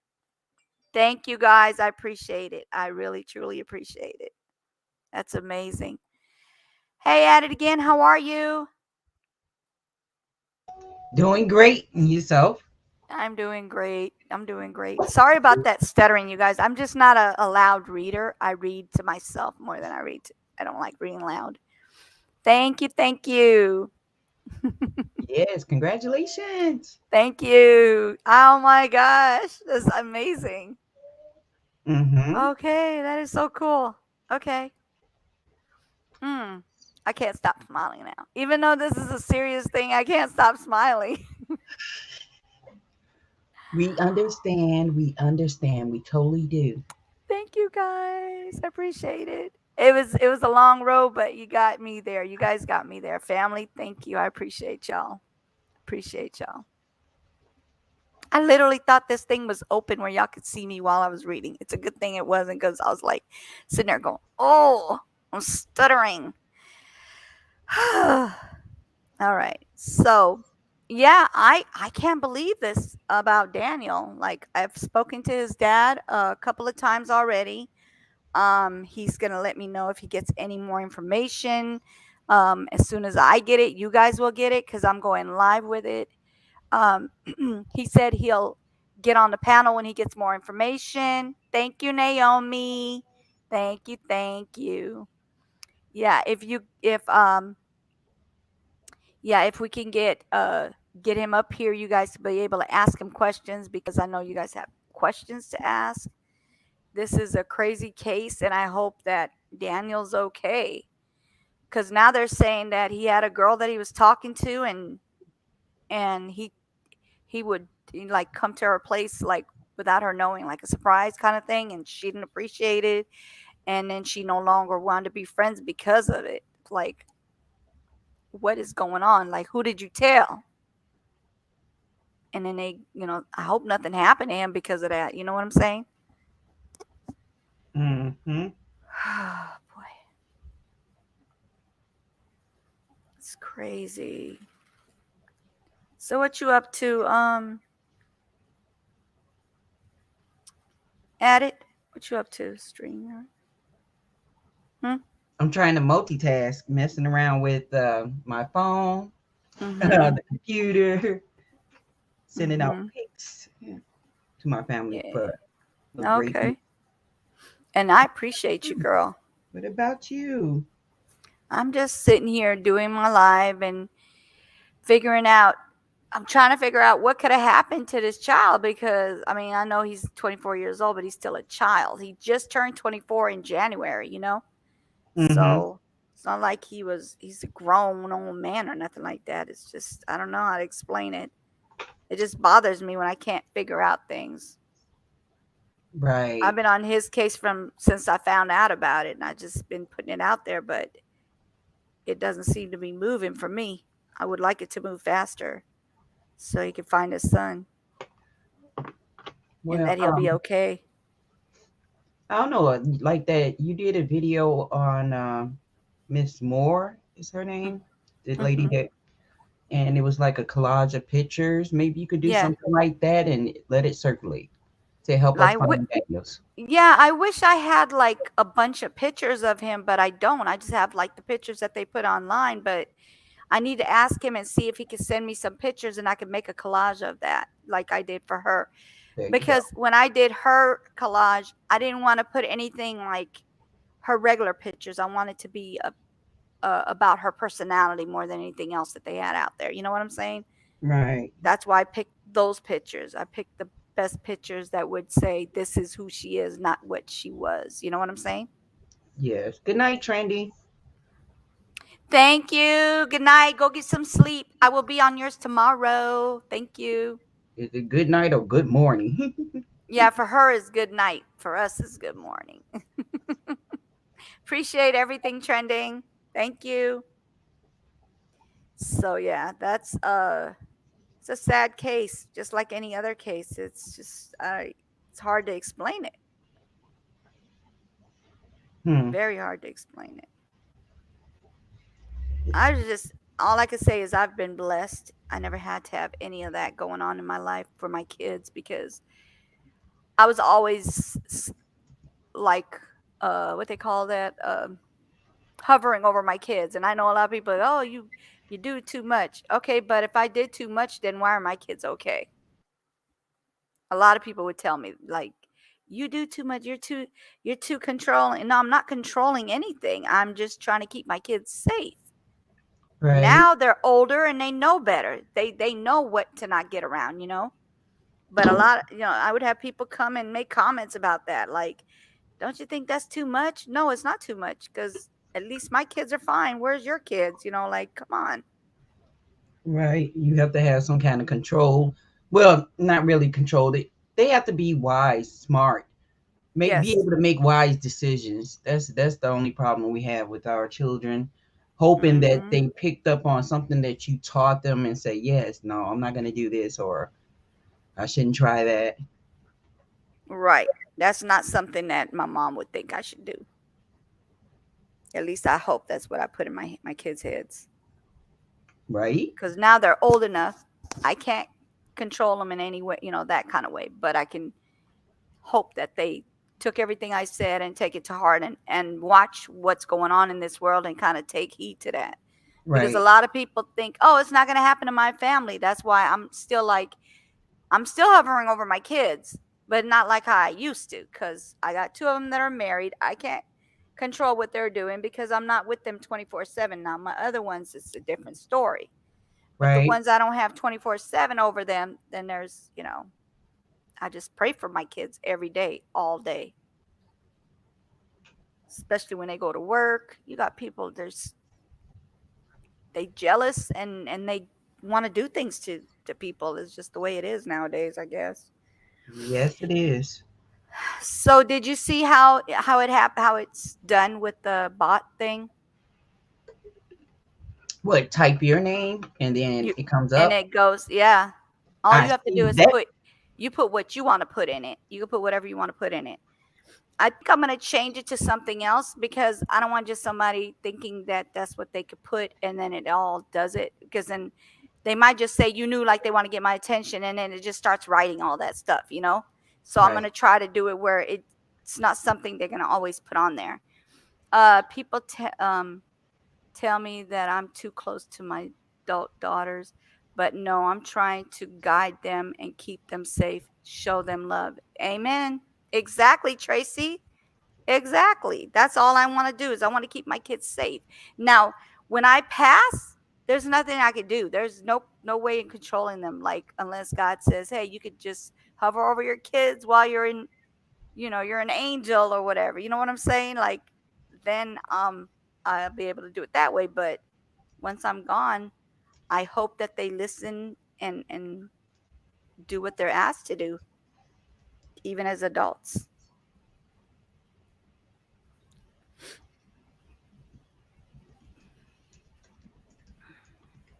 Trying to change my my link. You know, the link to so that way they could get on YouTube. What it say? Please be sure to be subscribed. So you also gonna have to remove one of those. Be sure. Okay, so please be sure to be subscribed. No, that's correct. Be sure to be subscribed. What is it? What's wrong with it? Is it wrong? No. It was like a run-on sentence type thing. So okay. No, it's like I know what you're saying now that you said be sure. Subscribed. Yeah, please be sure to be subscribed. Yeah, girl, I was like, wait, what did I say wrong? Excuse me. I gotta subscribe to the person that subscribed to me. Make sure. Yeah. You talking about Corey Gooden? No, who is that subscribed to me that I wasn't subscribed to them? That's weird. That's weird. Well, that's somebody else. I'm tripping. No, I was looking at one person and the name is like right above the other one. I'm like, okay, where is it at? I don't even see it. But you know what? They only allow you to see 50 of the people you subscribe to. Oh yeah. You notice that? They should show 100 at least. Come on now. Well, what the time frame you got it on? 365? What time frame? You looking at your subscribers? Yeah, the one subscribed. Corner, like the 7 subscribed this week, 48, 90. Yeah. You got it on 365? Oh, okay. That might help a little bit. Yes, a little bit. All right, but it still shows 50. Can you go to another room or something? Or like another... Oh, you know what? I probably have to save it, right? Is that what it is? I have to save it. I don't see it. I don't see a save area for it. What are you trying to do? Let me see. Oh, like be able to try to see all of them, because like when I get ready to do that, the giveaway, I want to make sure everybody's subscribed at the time. Oh, okay. Because you can easily unsubscribe. You won't see people who subscribe to you if their account is private. How do they make their accounts private? Or how do they do that? I don't know. I got that on my channel. Like, wait a minute, it's supposed to be more than this, but oh well. Okay, how do you post a link on Nightbot? How do you add donations? How do you add clips? Mm-hmm. And you know they have like a game thing too. You could do like a giveaway on the Nightbot. Oh yes, I seen that. I gotta learn how to do that. That's gonna be cool. Let me see how to set up to drop link during live streaming.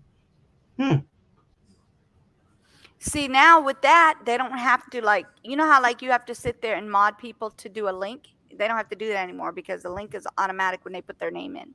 That's, I know. When they say you knew. This pie. Yeah. I like that. Yeah. But I just need to know what tags or keywords she used to do that. Yeah. To make it drop.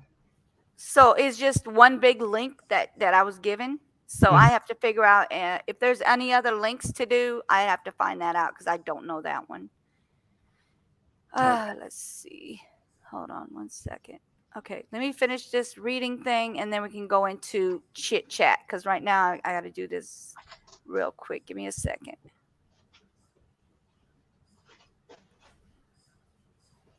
Mm-mm.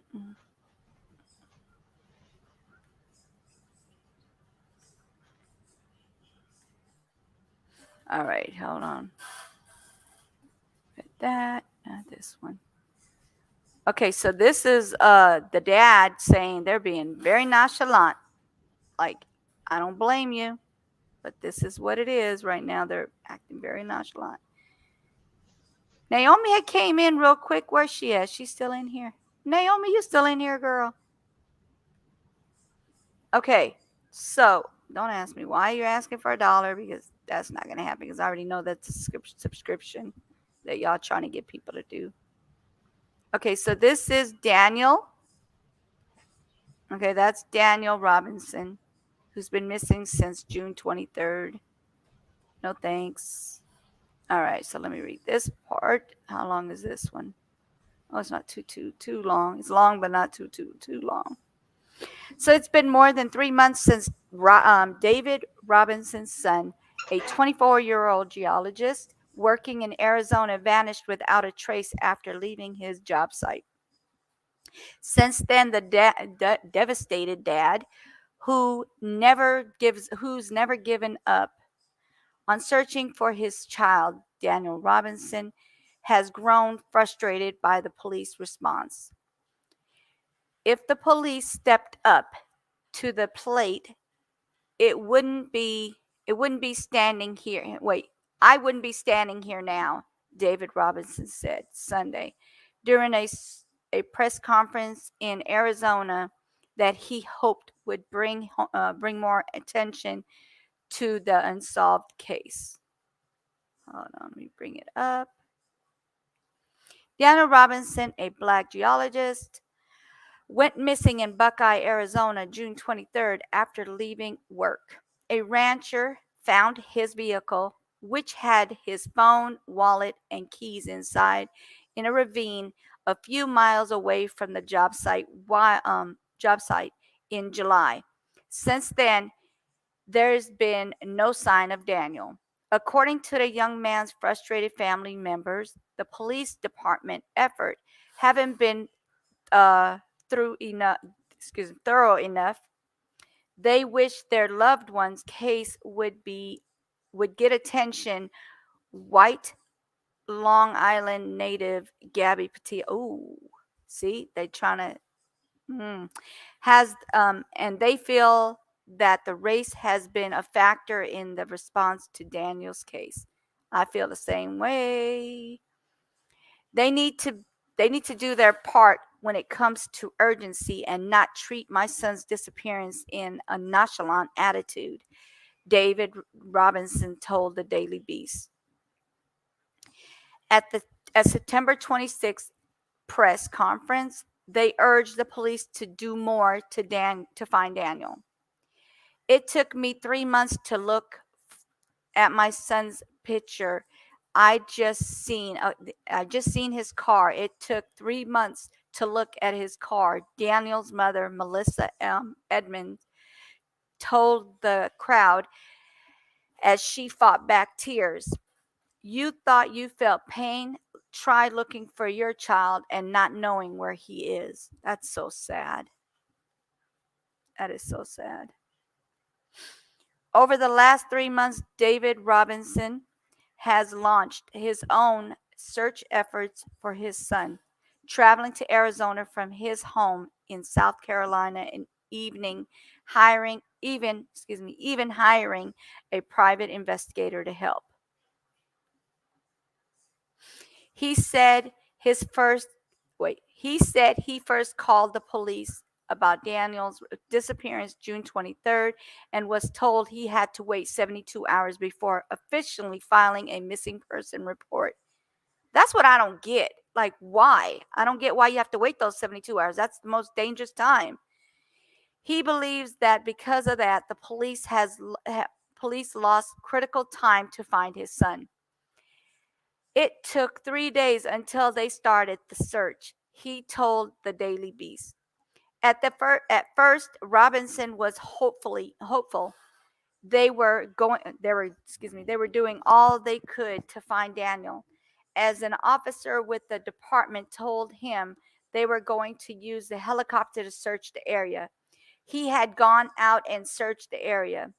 They were going to try and get helicopter out there in the morning, David Robinson said. Let me pull this up. But the next morning, the officer called him back and told him the flight was canceled, he said. He said the higher ups said it's because your son is a grown man, and if he wants to leave, he can leave. They won't authorize it, Robinson explained. Wow, that's not right. I knew right then I needed to come here and find my son. Robinson has now been in Arizona since June 25th and he hasn't given up hope. My aim is to stay here until I find my son, he said. Robinson has conducted over 7 weeks of independent searches with the help of volunteers from all over Arizona, cadaver dogs, and drones. He's launched social media campaigns and worked with the private investigator to try and find a trace of his missing son. That's so sad that he has to do that. As long as they keep it as a missing person, the police don't have to actually look because he's an adult, David explained. They don't have to spend a lot of resources because he's an adult. If they turn it into a possible criminal case, for instance, then they have to actually do some work. I can't get them to change that narrative, despite all of the evidence my investigators gave them. Jeff McGarth, the detective investigator that Robinson hired, said he doesn't rule out foul play in the crash of Daniel's Jeep, as he believes there's evidence the car was pushed into the ravine. McGarth also said he found one of Daniel's socks 3 miles from where the vehicle was recovered. That's so sad. Police, on the other hand, say that Daniel's vehicle appeared to have rolled off the side of the cliff and have ruled out foul play based on the conditions of the vehicle after being found. In a partially released report, Buckeye police listed Daniel Robinson as a missing person. The 54-page report also notes that the cops made effort to locate Daniel on June 23rd, 24th, and 25th. It says that one of Daniel's coworkers had told the authorities that he was behaving oddly the day that he went missing, and that he was only at the work site for around 15 minutes before leaving. See, that's what I don't get. This guy doesn't even know him. How does he know he's acting oddly? That doesn't make sense to me. The primary investigators on the case spoke with family members, other coworkers and friends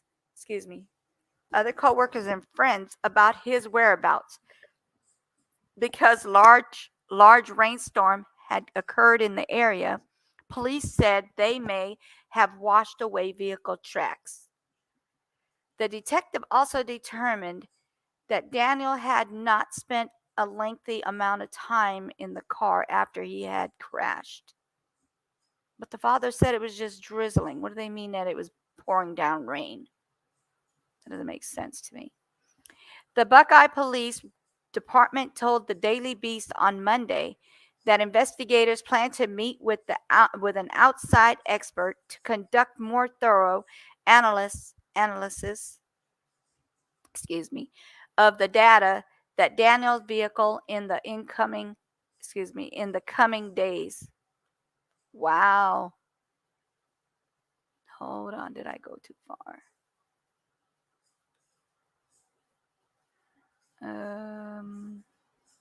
Robinson said his own independent search efforts have been stalled by a lack of resources.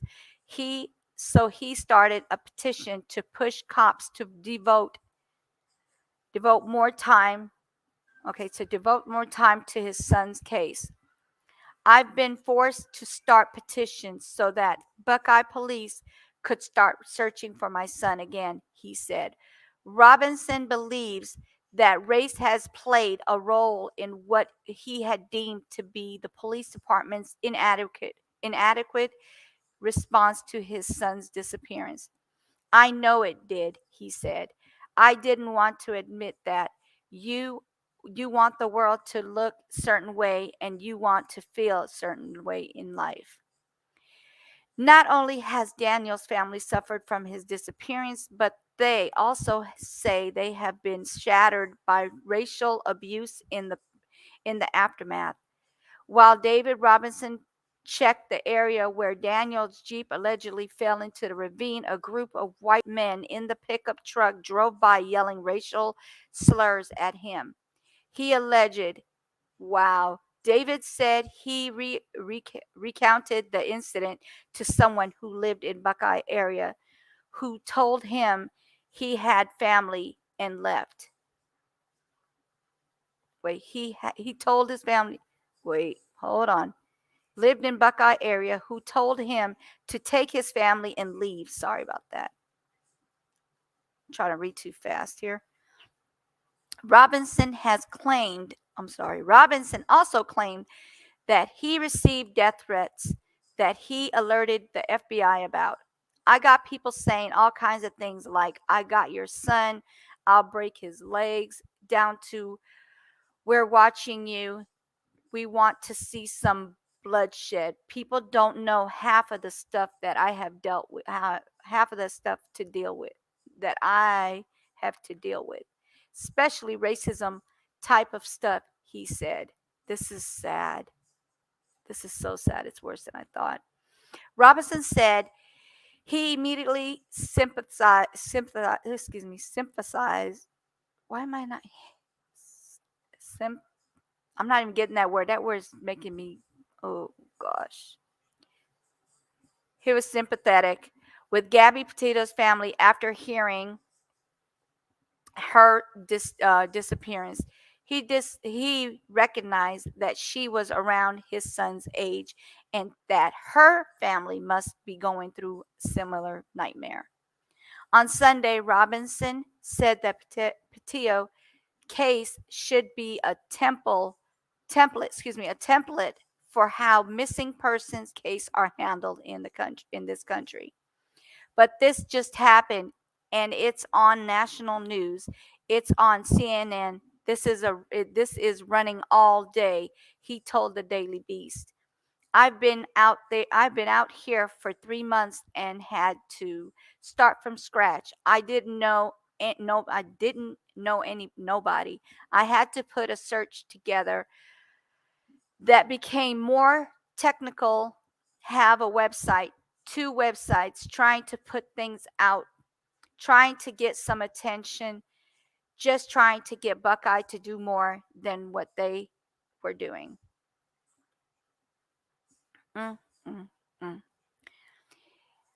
It kind of dawned on me soon. It kind of dawned on me later on that race that does play part. That race does play part. Wow, that's sad. When you're black, you have to work twice as hard for everything. That's what's happening here. I had to work twice as hard to get media attention, he said. That is so sad.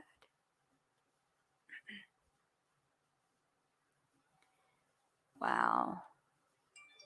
Let me see if anything else is on here. And apparently, intractable conflict between Florida and condo board. Oh, dude, that's not anything to do with this. What is this? What is this? That's nothing to do with it. Okay, we're done on that one. So that's sad. That's really sad, you guys. Literally, I don't understand why these people are like that. Only people who don't get the attention usually be the first to say something against a naturally family bonding. You hear what they're saying to him? That is so mean. People tell me that I read that part. And then Tracy said, exactly. That is so sad. Wow. Sad. Okay, you guys, I've been on here 2 hours. Okay. So I'm going to go ahead and let me see if I can see something else. And then this is so sad. I didn't know he was going through that. And I'm sure he needs someone to talk to about it. But this is so sad.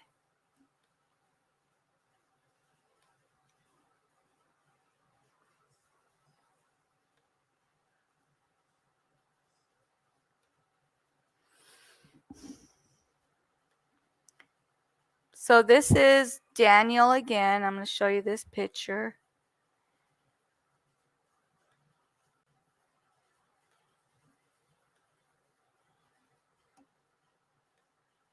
Look how sweet he looks. Come on, who could do something to this person? That is so messed up.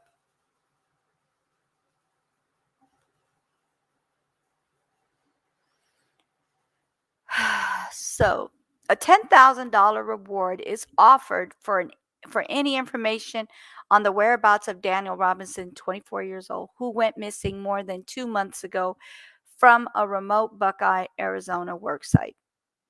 The Arizona informant received exclusive details regarding the status of search efforts to locate the young geologist who was last seen leaving his job site near Sun Valley and Cactus Road on June 23rd. From having allegedly walked off the job and not showing up to having walked off naked into the desert and joined the monastery to become a monk. The family is steadfast in efforts to find their loved one and get the truth about what happened, causing Daniel's prolonged disappearance. That is so sad. Why would the cops say something like that to him? Does that make any sense to you guys? Let me see what this is. This is about him. Okay. This is ridiculous. Okay. As of September 30th, there were no further updates available from Buckeye Police Department, according to Zachary Astrop, a sergeant and patrol bike squad member. The organization issued a second press release on July 21st after the department was notified of Daniel's Jeep discovered by a rancher on his property about 4 miles southwest of the job site where he was last seen. His Jeep, reportedly discovered in a ravine, had rolled and launched on its side with its airbag deployed. Reports indicated that he was wearing a seatbelt at the time of the accident. His personal effects, including clothes, cell phone, wallet, keys, were discovered at the scene, according to the report. Detectives allegedly conducted a ground search by foot with help from the Department of Public Safety Ranger helicopters, Maricopa County Sheriff Office, and search search and rescue dogs. However, the search was said to have come up empty. The detectives reportedly continued to analyze evidence from his vehicle and reevaluate further searches, but as of this point, no foul play suspected, the report noted. Once the police department received the initial report, the case was investigated as a missing person immediately. At this time, no facts or evidence have been presented that that indicate that any foul play, indicate any foul play. The Buckeye Police Department used all the available resources to include off-road vehicles, police helicopters, searches on foot, and civil air patrol to help search large areas, Astrup said. Unsurprised that there was no updated information from the Buckeye Police about the case, the family has sought out its own private investigator to proceed with exhausting all efforts and resources to search for the missing geologist. That's what you got to do. You got to sit there and pay for your own investigator to get something done. That's ridiculous. The father, David Robinson, too, has taken the helms is it helms of locating his son. He recounts receiving a call from his daughter, who lives in Phoenix, on June 23rd, alerting him in South Carolina that Daniel was missing. She was informed by one of Daniel's coworkers. Naturally, Davisha were very worried, and I'm assuming that's his sister, was very worried, and so was I about his whereabouts. However, since Daniel usually calls his family when he decides to take a trip, I was not too alarmed until I found that it was more than 6 hours since anyone has heard from him, said the father, noting how perturbed he became with no word from his son. Unable to search for him from South Carolina, he called Daniel's job for information with no success in finding him. Then he called the Tempe, Arizona Police Department to file a missing person report, but was directed to Buckeye Police Department since that would be the right precinct for the area where Daniel was last seen. After contacting the Buckeye Police Department, the next 2 days of trying to pull their teeth to go out and look for my son proved to me that I had to leave immediately from my home and search for Daniel myself. Buckeye Police Department showed no interest in searching for my son, he said. Instead, they quickly adopted a theory that my son decided to abandon his family and friends on a couple of occasions. The Buckeye Police suggested that my son has joined a monastery and became a monk. That is messed up. What kind of mess is this? It was offensive to me, and it motivated me to even more than I was already to do whatever I had to do to find my son.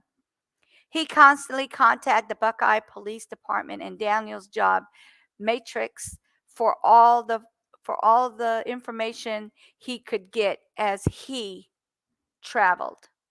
Wow. So he's like, as he's traveling, he's still calling and checking to see what the Buckeye can do for him. It's ridiculous that they didn't do much. Let's see. He constantly contacted the Buckeye Police Department on Daniel's job and matrix for all the information he could get as he traveled. I already read that part. I did everything that I could I did everything that I could to put pressure on the police department to go out and search for him. Unfortunately, it took pressure from my auntie in Philadelphia to get them to get helicopter almost a week later. It it was it was another sign that Buckeye Police Department didn't didn't take my son's disappearance seriously, he said. The father added how he was even told by Buckeye police that they couldn't do much because my son is a grown man. Oh boy. So he took matters into his own hands, he said, in interviewing the last person who saw his son. That's what I would do. I would not leave it for them to keep saying, "Oh, we can't do this because he's an adult," whatever. I needed to look I needed to look that person in the eye who said that my son got into his Jeep and drove off into the desert and vanished. I had to find a way to get into that desert and find that work site and see for myself, said the father. He described how he kept going to the gate with binoculars on the Sun Valley Parkway in Buckeye and decided to get in there one way or another because everything had that was being told to me about my son's disappearance was not adding up. Mm, mm, mm. Buckeye Police Department had started searching over a week after my son went missing and said nothing was found each time. I became frustrated and tired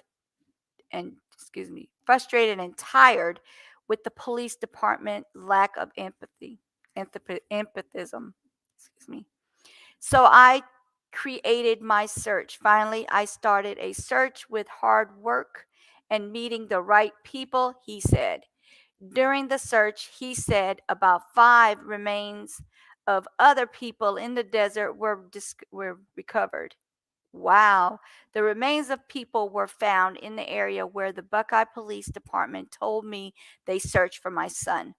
But I have not found excuse me.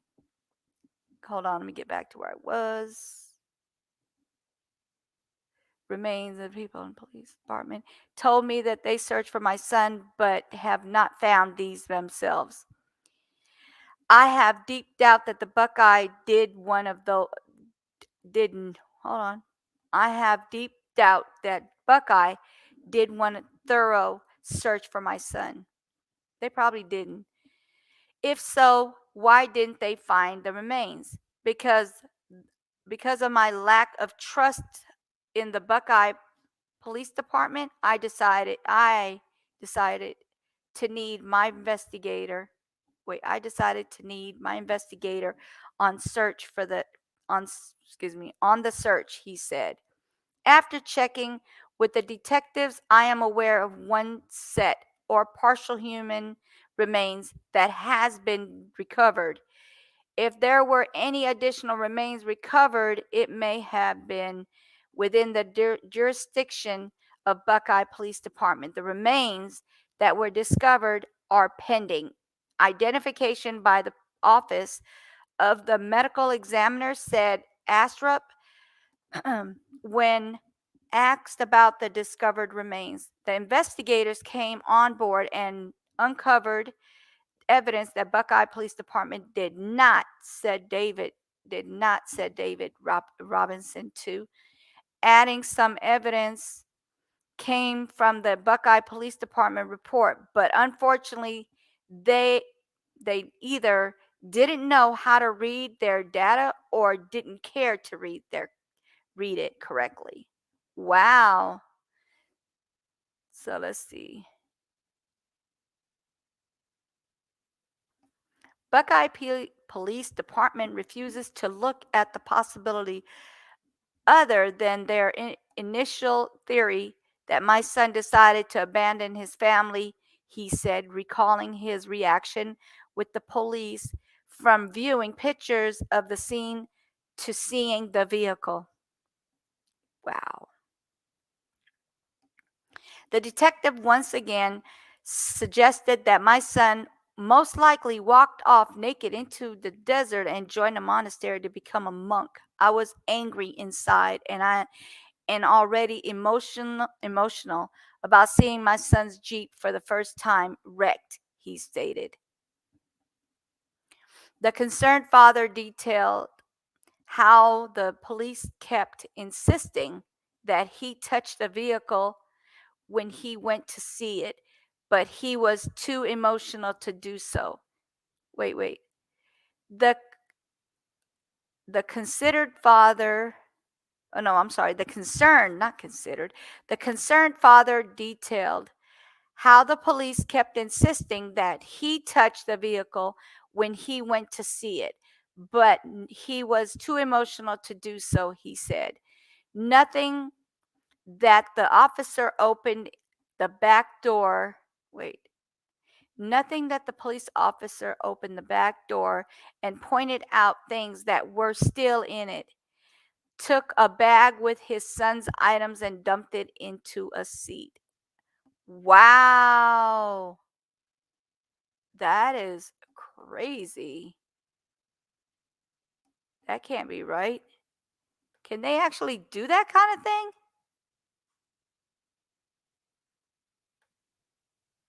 Can they actually do that? Like, that's crazy.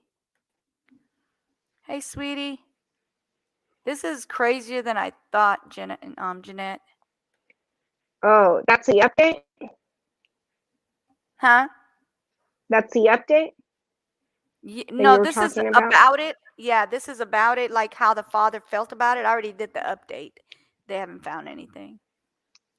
Still haven't found anything. Nothing. Yeah, nothing.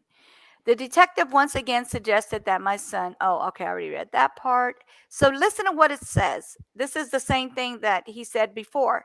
The detective once again suggested my son most likely walked off naked into the desert and joined a monastery to become a monk. I was angry inside and already emotional about seeing my son's Jeep for the first time wrecked, he stated. So they're sitting here They putting him need to through all this. they need to check that detective and like fire him or something. That should Something, like I'm right? sorry, but look. He's saying something very hurtful to him. That is messed up. No, like that just makes me I know that police officers see things that aren't normal, that everybody doesn't see. Yeah. But you know what I mean? That's like You know what they're that's on trying a to say? They're level. trying to say he touched the car. That's why they didn't No, really but look into it. They didn't. He touched the car, and they literally took all the stuff they found and threw it on the seat in the car instead of bagging it like they're supposed to. but you know,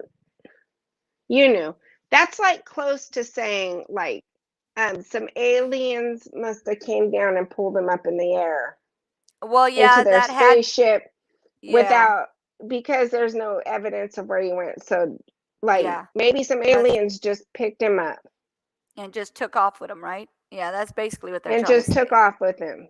Yeah, that's basically what they're trying to say. Like it's a desert out here. Maybe like a spaceship just dropped down and pulled him up like aliens do. Mm-hmm. I'm just saying, like that's how people come up missing. Because like right now, they're finding all kinds of these human remains, and the cops couldn't even find them. And this is just regular volunteers and himself finding human remains, like literally human like remains. I mean, I'm just saying, like when did we like?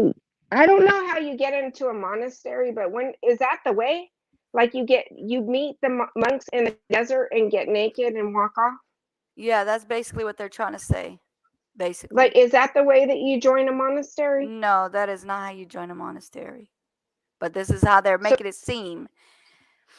So this saying. is right. So this says on here. I have concern about the police officer, and you know that Yes. I'm pro police officer who would like think that was even part of the story.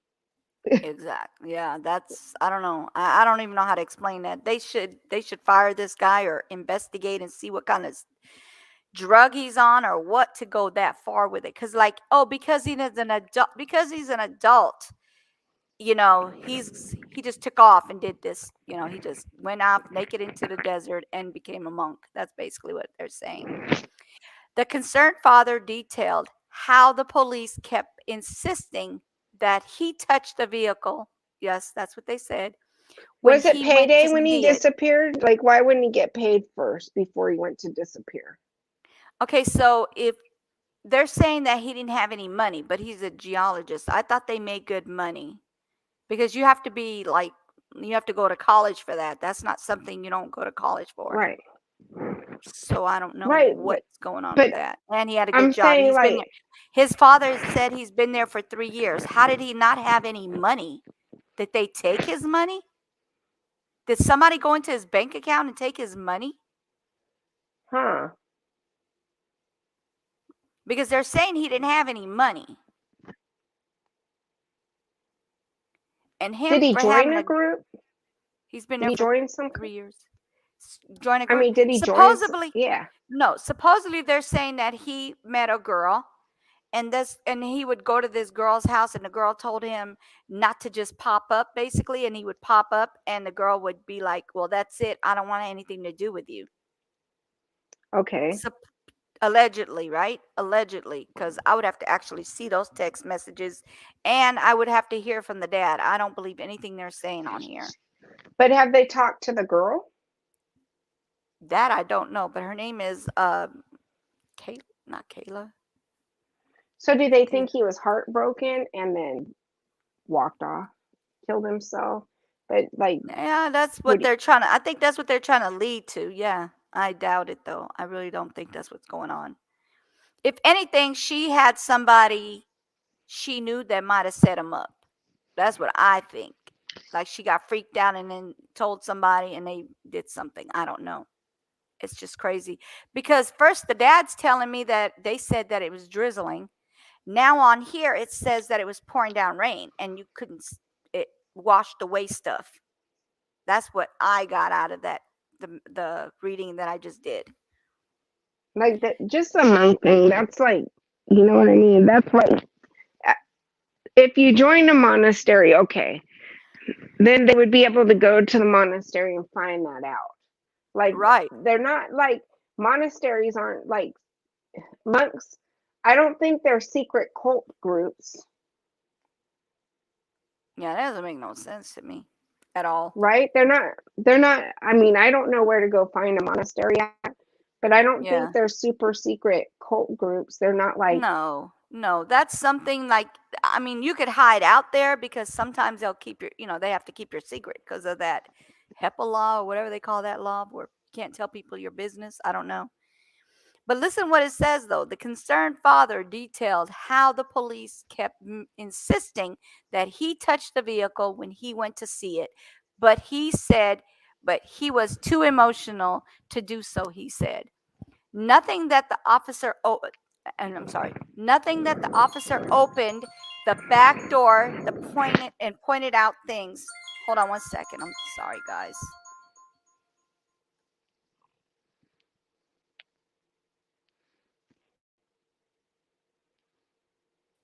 Sorry about that. Okay. So it says, nothing that the officer opened the back door and pointed out things that were still in it, took a bag with his son's items and dumped it on the seat. Like, why would you dump it out the seat? You're supposed to have evidence is supposed to be in the bag. It's supposed to be kept until the evidence was checked.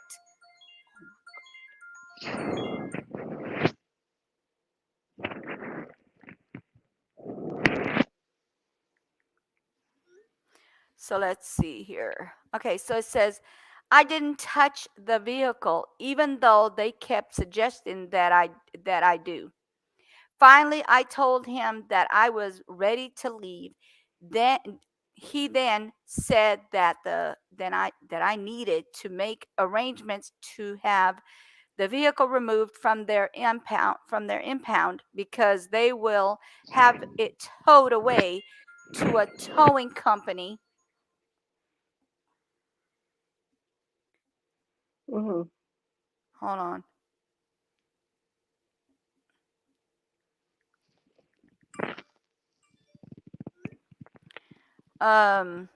Hold on, towing company. And then and I would have to pay for storage.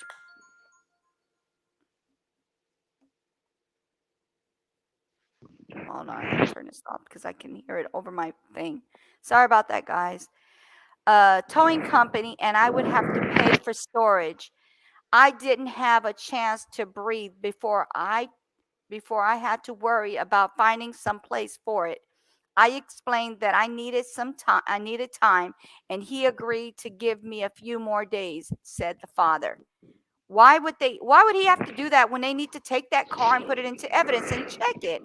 Doesn't make any sense to Right. me. With more questions looming, he vividly recalled sitting in his hotel room thinking about what transpired and realized that they didn't do any forensics work.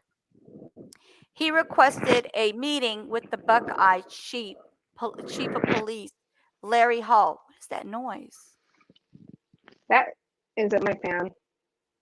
No, it kind of like swooping through that kind of noise. All right, so let's see, where was I at? Okay, so with more questions looming, he vividly recalled sitting in his hotel thinking about what transpired and realized that they didn't do any forensic work. He requested a meeting with the Buckeye chief of police, Larry Hall, and his detectives. Nothing the lack of noting, I'm sorry, noting the lack of forensics work at the scene where his vehicle was found. The explanation, okay, their explanation, let me pull it up. Oops, there we go. Where's it at? Oh, their explanation was that they didn't do any because there was no blood in the vehicle and no sign of foul play. I asked how they know that my son wasn't. I asked, how did they know my son was driving the vehicle? The detective said that he was obviously driving because it's his vehicle. Wow, smart pants. Really? I asked again how they knew that it was my son driving or someone else was also in the That vehicle. detective needs They to. didn't He have a needs to. response, he stated. He didn't have a response, he stated. So basically, they just said, oh, we don't know, but then you don't have an answer. But why would you say that? Why would you make those comments and you don't have an answer for the guy? That's what I want to know. You know So what? 2 Some days, people don't like go their ahead. jobs, and some I people noticed. don't enjoy their jobs. Some people Yes, don't enjoy their jobs, and like if people's hearts aren't in their job, they shouldn't be doing it exactly. because they're letting the community down when they Right. do stuff like that. Exactly. Exactly. I mean, that's all All I right. could take away from that is this guy's not, his heart's not in his job if he's not looking into things and then Right. just And it took being a him to smart pay ass for to the dad. yes. And it took him to get a detective to do the work. So 2 days later, the father said a detective called to state they were doing forensics, dusting the fingerprints, which is something he said should have been done at the scene before removing the vehicle and releasing the personal effects that were in the evidence bags but marked as safekeeping. Wow. The items were never considered evidence to the Buckeye Police Department because their theory that the son walked away naked and probably became a monk was clear to them. Unfortunately, they refused to change the position until excuse me, to change position until now that the investigator shared his findings with them. They so far have asked me one question and I have not heard from them again, he added. Wow. I mean, the alien theory sounds more right to me than with his clothes being gone than the monk theory. Right. I'm Exactly. just saying. Just Hmm. saying. I don't believe in aliens, but still. Right, right. Exactly. I'm just saying you knew. It doesn't make Mhm. sense. It Like don't. his clothes are gone. Like you're saying he just walked off without clothes. Mhm. I well, you know what? If he was given some kind of a drug, Mhm. there's drugs that people can be given that would make them strip because they're hot. Yeah, it's like PCP would do that. Right. So if Mhm. he was like given some kind of a drug, then Yeah, but the like there's last a person he potential. saw was the person he was working with. And they got in the car and waved by. Like That's he the could have end been of the story. drugged, Yeah. No, I don't huh? know if he did it or not. That's why I asked him, was he checked? Was he checked and was he thoroughly checked? Not just like, oh, hey, did you what did you do last or whatever? No, I mean like really check him. Really check to So see PCP, if he was in that car or anything. so PCP is a drug that would make you come out of your clothes. Yeah. So I'm just trying to think of what would make you come out of your clothes. Not going to the monk. Like I'm not even. I don't know. I just don't picture monks wanting to see you naked. No. No. No. That's why I've said like, did he have something in his phone that made them believe that? What Ecstasy you know what I'm saying? does that as well. Ecstasy does that as well. Yeah. So there's some reason he came out of his clothes. Well, I hear a lot of times I hear like hold on. Was it his underwear were there too, or just his clothes? Yeah, all his stuff because even the dad, they asked his dad like what kind of underwear do they wear? And I he was mean, are like, you I sure that he don't know. didn't? Like, why would you ask him that? Like, come on, he's 24 years old. He hasn't been in South Carolina in at least 3 years. But So did they ask the guy that was last with him were those actual clothes he was wearing, or were those yeah, I clothes that were asked just in him his that, car? but I don't think they had an answer for that. I'm assuming they have to still ask those questions. I'm not sure. Not sure. All right, so let me go ahead and read That just this. seems. I don't know. Yeah, I'm like annoyed with the officer as is I know. just hearing it. Yeah, I am too. We were And I originally like supposed. police. Yeah, I know because you have a police officer in your family, so why would you not? Right. I mean, but So just certain I ones like that you just want police to be and like, you better. Some of them you just have to be like, kick them in the butt, but you can't because you'll get in trouble for that. But they need a kick in the butt. Just saying.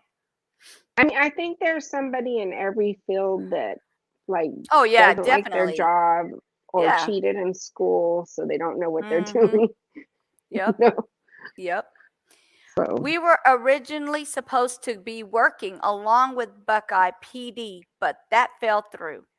And we have been gathering all of our information on our own, said the Phoenix-based vehicular crimes investigator and expert Jeff McGarth, referred by an attorney friend who the Robinson family initially contacted for assistance.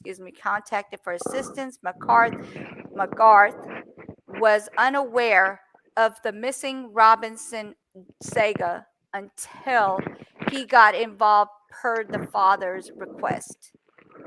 Wow, that's a lot. When I was told that they found Daniel's vehicle wrecked in the desert, then I started to understand why my friend was asking me to help. He said, calling the case unique. While he said his team is slowly answering some of many questions that were left unanswered, the biggest question remains, which is the whereabouts of Daniel Robinson. This case started with a short investigation and final determination where Mr. Robinson was still left with confusion and a lot of questions. When we were brought on board, a month has passed and time was critical. As soon as we began our investigation a month after Daniel went missing, we were able to uncover some issues with the initial investigation, McCarth said. See, McCarth said that. That's the investigator.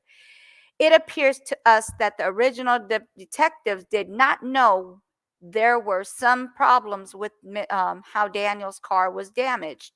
They had the information that they downloaded from the car's airbag control module. Wow, the black box. And they did not see or understand that it did not match with the vehicle damage and location. It was brushed off as Daniel's crash and walked away from his vehicle and never been seen again. And that is what it was. Wait, and that girl, look at it. But Never to be seen again, and that was it. Go ahead. You know. So Mhm. there was a crash, right? Mhm. Before like 40 some miles away from, there was a crash before where the vehicle was found. Right. It Was was it a hit okay. and run? No. Okay, so where it crashed, it drove an additional 11 miles, and that's where they found it, like flipped over on its side. But there was no there's no parts of the car anywhere for it to be So saying that how do that's where it they know happened. that? How do they know that? Was there a hit and run? Was it on a camera somewhere? They did find color of from the damage, like there was some color on the car. So obviously it was a hit, but they don't know who or what happened. I could kind of tell you from hearing that if there is a girl involved in this, You know what? I actually have a scenario on it. Go ahead. I know about something. I've read it before in those little warning texts, those warning messages that they send you, right? Mhm. That sometimes people that are trying to like carjack you will crash into your car. Like they'll do a little like fender bump into your car Fender so that you benders, pull right? over. Mhm. Yeah. So that you pull over like regular people will pull over. And Yeah. then as soon as you get out of your car, they'll take it. Yep. So you know when like somebody, when somebody But just lightly taps didn't your, get hit like that though. It got hit like to where I'm not going to say exactly what the damage was from the accident, but it looked like it was a bad accident, but they also flipped it. But there's no parts of it. Like there's no glass anywhere. There's no the side mirror, nothing. They couldn't find any parts of it. Like it didn't happen there. It had driven an additional 11 miles. no, but what I'm saying is some criminals will like tap your car. They'll tap your car, or they say they do it to women they're trying to kidnap too. They'll tap your car. So when you pull over, you're alone, you're a woman, you pull over to the side of the road, and then they'll get you as soon as you open the door. Mhm. So that's why OnStar helps if you have it. Yes. Because you can tell them before anybody approaches you at all. So I wonder if somebody tapped his car and then they kidnapped him. I wonder.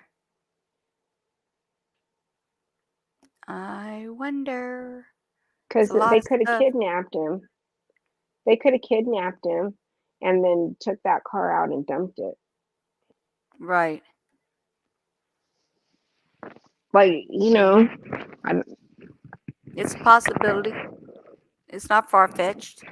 That's why they need to figure all that out, because like literally they're not giving the dad any kind of answers, and all we can do is do the same thing like any other case, is to kind of figure it out on our own, investigate it, and have our own scenarios on it. That's the only thing I could think of as well. Like something happened and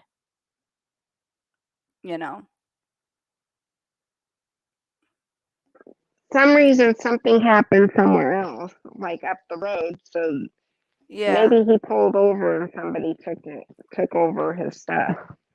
Right. Like with the girlfriend he was no longer talking to. Hey, I'm out here, I'm coming over. The one that's and she found him saying out she don't want there. to talk to him anymore. Yep, the one that says she doesn't want to Yeah. talk. She don't want him So supposedly he was begging for her to talk to him and all that. Yeah. I mean, he So- could have walked out there and hurt himself, but then, Huh? like, he could have walked out there and probably hurt himself. He could have. It could, if it was a suicide. I don't know, like, why he would take off his clothes. Yeah, well, if it's a suicide, you wouldn't like be walking into a hot desert and die on a daily, like in hours, but they would have found him if that's the case. He is missing, Right. missing. Like he's nowhere to be found. He is But they missing, already walked missing. the desert.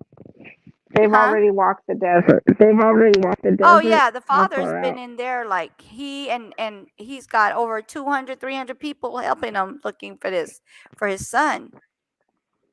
So he's gone a big enough radius to know he's not out there. Huh? He's gone, like, the radius of how far he went. They've gone far enough to know. So they're he's not basically out saying there. that it was at least 115 degrees out there.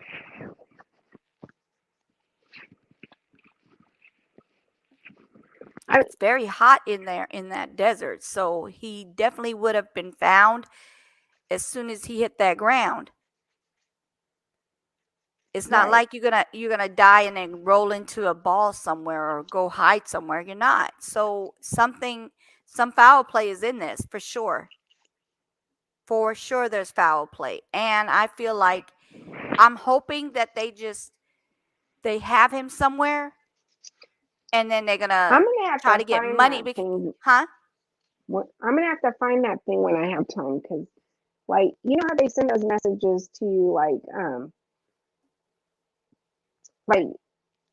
the one that scares you about the gas tank where they put lasers on the Yeah. gas tank pump. Yeah, I remember all that. Like, Yeah. yeah, stuff like that. I remember one about people bumping your car and taking. Yeah, I remember that, and I still think that they still do it till this day. Right. Till this day, they still do that stuff. So yeah. So I wonder go if ahead. that happened to him. I just wonder if Yeah. that happened to him. I don't know. That's one question we could ask him when I get him on the panel. Just, hopefully that's, we could get him on the Or, panel. like, You guys could ask him all the or questions you you have to have. think, like, right, or you have to think, like, did he use any kind of drugs that would have gotten? So what another would thing make I your was clothes thinking come when off? you said that, another thing I was thinking is, could it be that somebody got him and they want him for ransom until the father could come up with a bunch of money? Could it be possible? Because they do have a reward for him. Maybe they're waiting for that reward to get big and before they let him out, let him go. And hopefully he's okay. Hopefully he's Yeah, okay. but, like, who do they decide to take for ransom? I 'Cause can't some hear you. people might not. I said, who do they decide to take for ransom? Like, People know with what I mean? like the job he has, he should have been making a lot of money. I don't know where they got that he doesn't have money. I have that question. I want to ask the dad that because they're saying that he didn't have money. So let me put that in my questions to ask when Then I the do talk to him. girlfriend. Well, another thing that would take you out of your clothes is sex, right? Yeah. So if the girlfriend knew his bank codes, if she knew his bank codes and stuff, then maybe she went out there with him. Maybe she was, and maybe, you know what I mean? Maybe Yeah. she did have somebody pull up like you're saying, and he got killed and taken somewhere, and then his I bank hope they account didn't was kill cleared him. out. I hope they didn't kill him. But you understand, his bank account could have been cleared out by her if she had his, you know what I mean?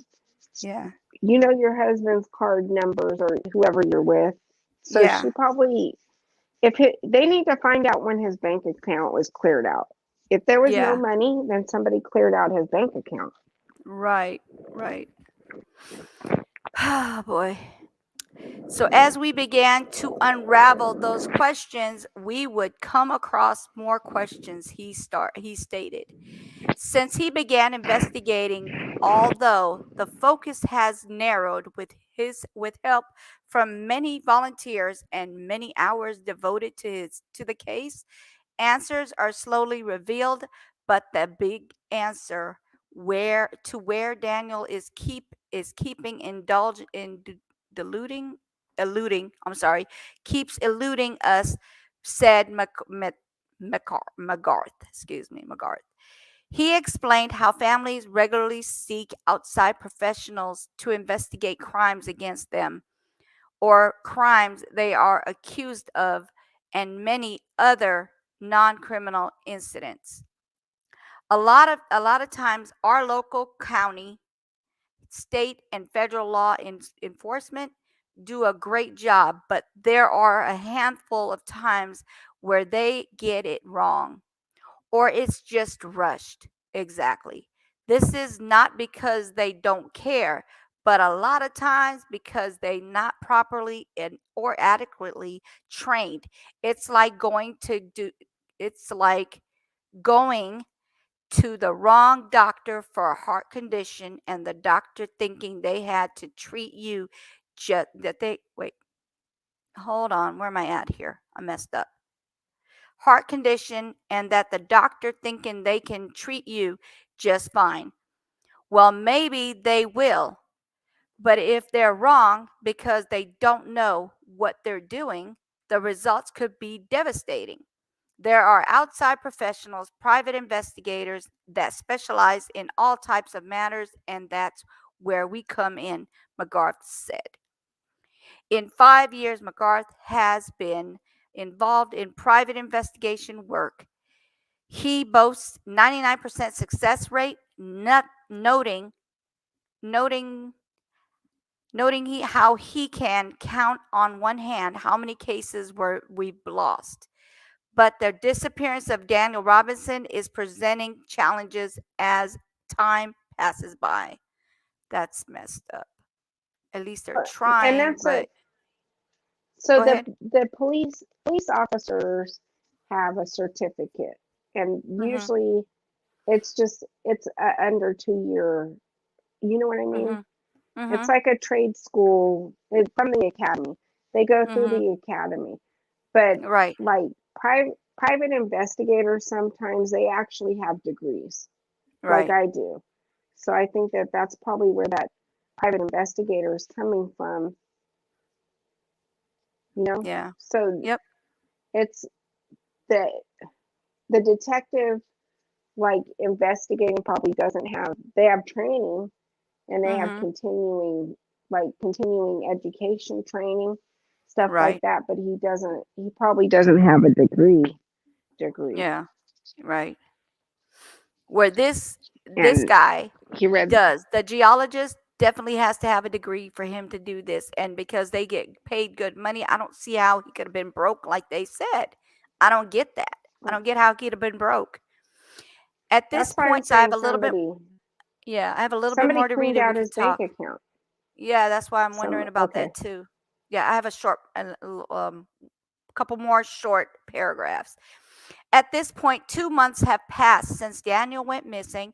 I don't want to say that chances are grim, but we have to be realistic in that, excuse me, in that if he is out in the desert with temps reaching high as 115 degrees, it's not ideal for survival, he said, adding the next step is to process is to conduct more interviews and continue working with his team and many volunteers to help with find Daniel.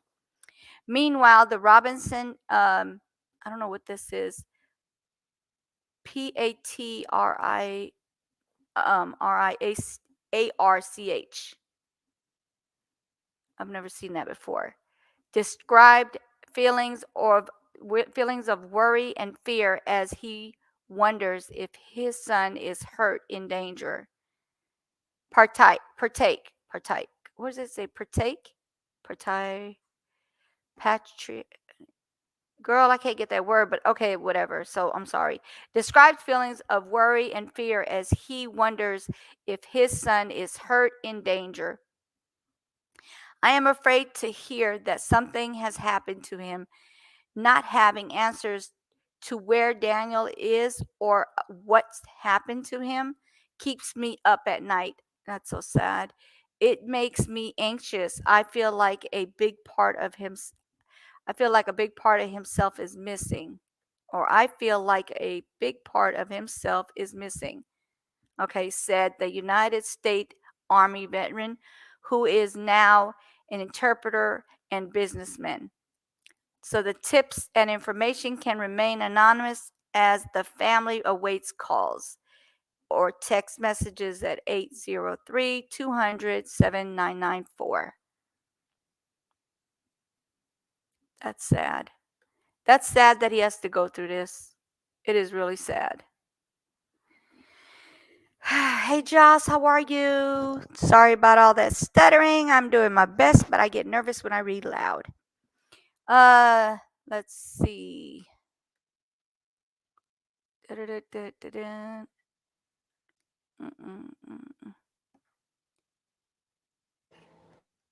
Or your windshield.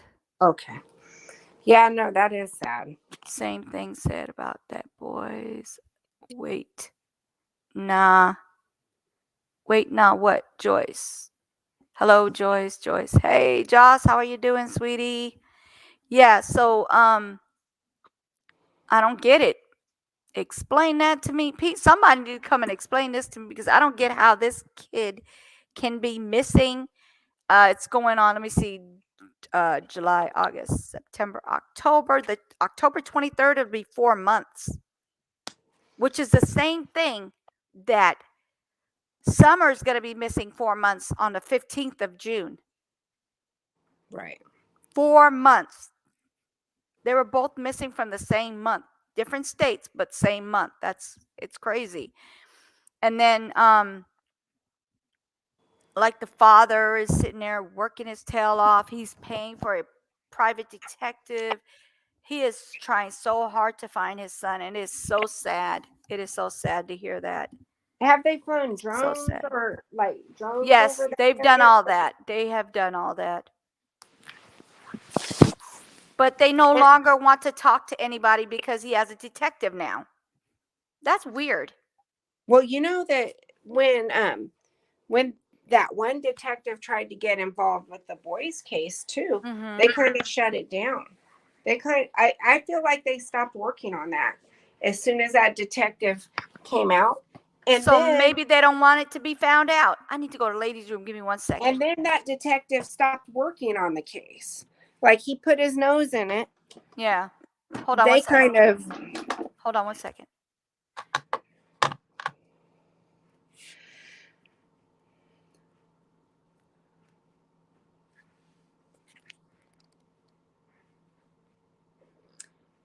Hey, at it again. Are you there? Are you? I'm here and I'm not asleep. Oh, I was like, are you there? Working in the background on my stuff. I'm trying to get everything together for Thursday. Yeah, I'm doing some stuff too in the background. Yeah. But she left, so I was like, she left. What? Oh, I think she went to take a bathroom break. Oh, okay.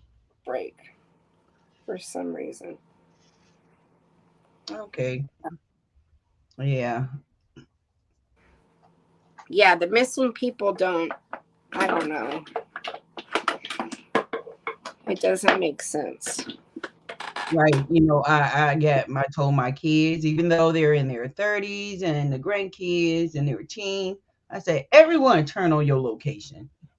Right. Turn on that location. Why? You want to track me? No, I want to make sure the last place that you was at, I know where it was at. Yep. But it's like with like Google Earth and everything that's, you know what I mean, out there.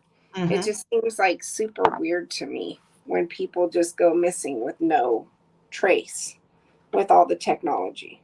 Correct. Which explains a lot of things. So, I'm here. He's not part of the elite to be looked for, so he's just a typical man that just ran off like that young lady Cookie Butt Doctor or whatever her name was. Like mad at your family and you want to run off and people think you're missing and start accusing people and all the time you just want to be alone. Mm-hmm. Just say that. I want to be alone. I don't want to be Right. bothered. Exactly. Exactly. I mean, adults do have the right to go missing, but you would. Is it not out there enough that he would have seen it already and said, "Hey, Dad, I'm okay. I'm cool." Exactly. He probably would have. I don't see why he wouldn't have. So in that case, if he didn't, then that means something happened. Mm-hmm. I mean, if it's, you know what I mean? If you're out there all missing and stuff, eventually you would see it. Somebody would see. You would see it and somebody would tell you, "Hey, your dad's looking for you. Look, you're all over the news, friend." You know, something. Exactly. It don't make sense. That's all I could say.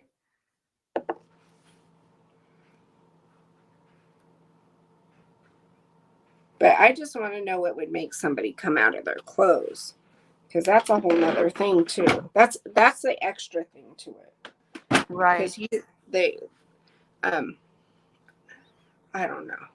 Usually people don't just walk around naked. Right. But that's not what they're saying. They're making it seem like that's what's up. Yeah. He went to, and usually, like, when's the last time you walked into a religious place naked? Yeah, exactly. I just want to know when.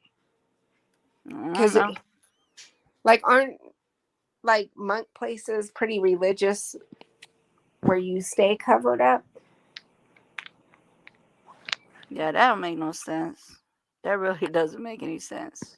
I mean, I thought monks stayed covered up. I didn't think it was like, you know, if he said he walked away to a nudist colony, maybe I might buy that story. Right. But that's not what they're saying.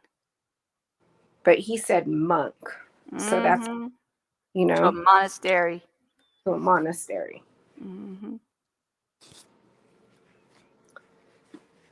I don't know. I never thought like priests and stuff hang out naked like that. Yeah, I don't understand that one. That guy's like, that don't make no sense at all. It's either he just really doesn't like doing his job. They looked at his phone. Yeah. That's how I think they got the information supposedly about the girl. Remember the one that's supposed to be the one he's Have they talked to her? That I don't know. I'd have to ask the dad.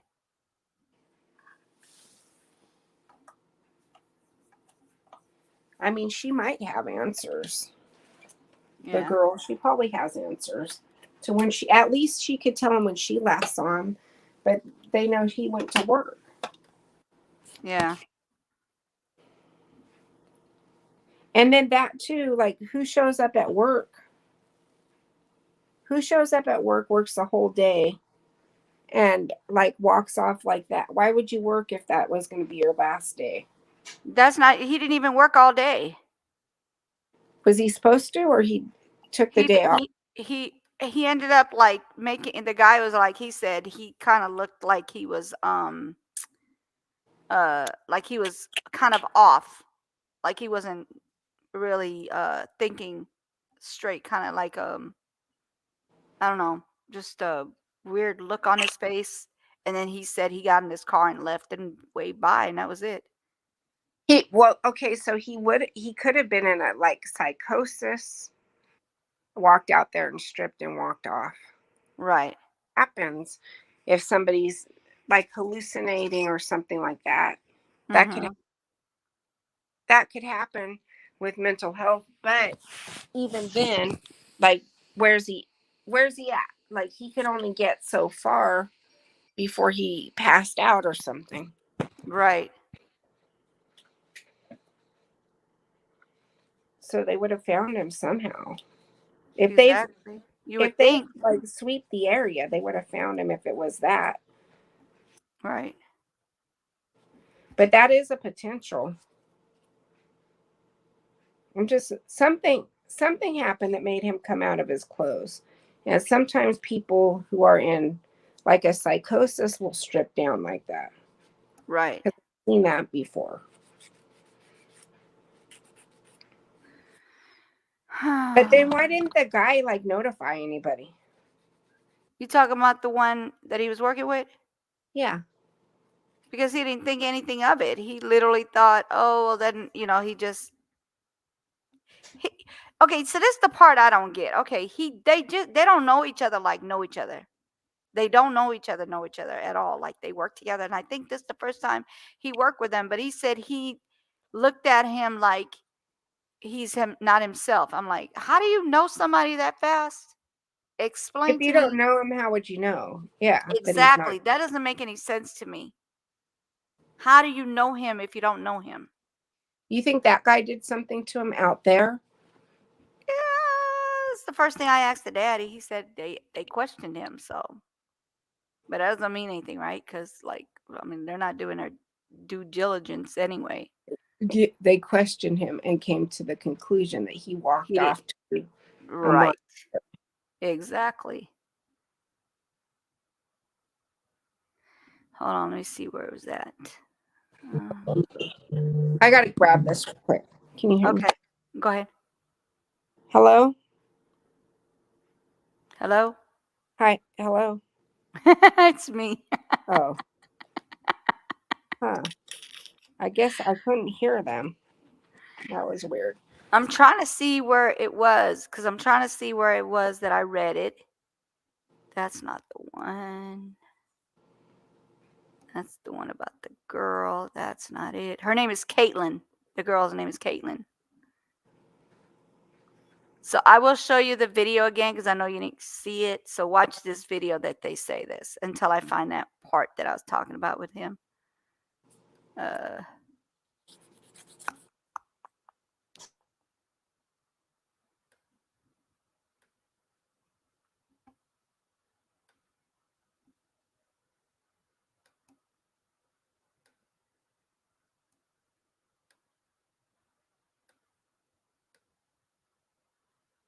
America case that we brought you last week. 24-year-old geologist Daniel Robinson has been missing since June 23rd after leaving his job site in Buckeye, Arizona. His blue Jeep turned up a month later, but no sign of him. His dad and also a private investigator have been looking on their own in Arizona in the desert for months, and we are getting some insight into his mindset in the days before he went missing. There are some text messages revealed in a police report from Buckeye Police that show Daniel was texting with a young woman leading up to his disappearance, and she turned down his advances. Robinson worked a side job delivering for Instacart. He also delivered liquor to a woman named Caitlin at her home. She and her friend had invited him in, apparently, and they exchanged phone numbers. Well, within the week, Robinson reportedly showed up unannounced and sent these messages saying, quote, "I couldn't stop thinking about you." She wrote back saying it made her uncomfortable and that she didn't want to hang out with him. According to the text, Robinson showed up at her home again, eventually asking Caitlin, "Do you hate me? Honestly, you showing up at my house unannounced," she said, "made me extremely uncomfortable. I don't see us hanging out anytime soon." All of these messages were then turned over to police and part of their initial report. As of tonight, Daniel's disappearance remains a mystery, and police say there is no evidence that any violence occurred or any foul play has happened. But Daniel's family say it just isn't like him to disappear. We have asked you to send us cases like Daniel's and like Lauren's that you think we should be covering, shining a light on, and paying more attention to, and we have heard you. In the last 2 weeks, our team has received more than 575 tips in 2 weeks, and we are combing through each and every one of them, and we're reaching out to law enforcement in these cases, and we're figuring out ways that we can bring you these important stories and hopefully help solve them, bring some of these people home. So, Yeah, I'm here.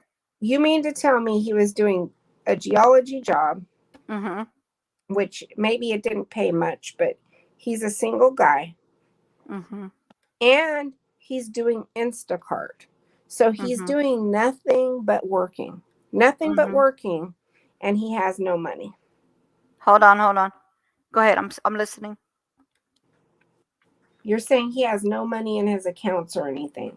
He's doing nothing but working. That's it. That's what they're making it seem like, but yeah, I don't see it being like that. And then this woman who's a stranger, who he delivered alcohol. Hello? It's my son again. Okay. Can you hear me? Yeah, I hear you. No, it's like I gotta hang up because my son's calling. Okay, go ahead, babe. All right, bye.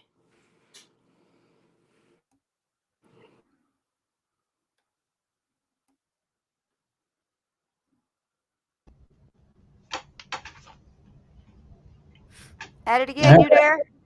I'm here. All right. I think I trying to got find- that. I got I'm that trying to- command for the Nightbot. I think Huh? I got it. You got it? I got that command for the Nightbot. All right. All right, cool. Yes. Hey, what was that? But what I need to do is, where is it?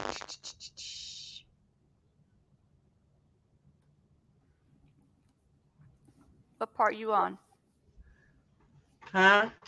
What part you on? Naomi is live. Is she? Not that I know of. Naomi is live. Newborn maggot killer. Some women don't deserve a wound, period. Tell them OMII. Said it. I'm telling you, that's why I don't look at social media. It gets you. Oh, wow. Okay, let me get off of here since she's live. Okay, dokie. See All you right, soon. because I'm supposed to get on later on this evening with oh my goodness, with Jeanette and Ricky. Oh, okay. Yeah. All right. All right, sweetie. Holler See at you you. later. Bye. All right. Bye.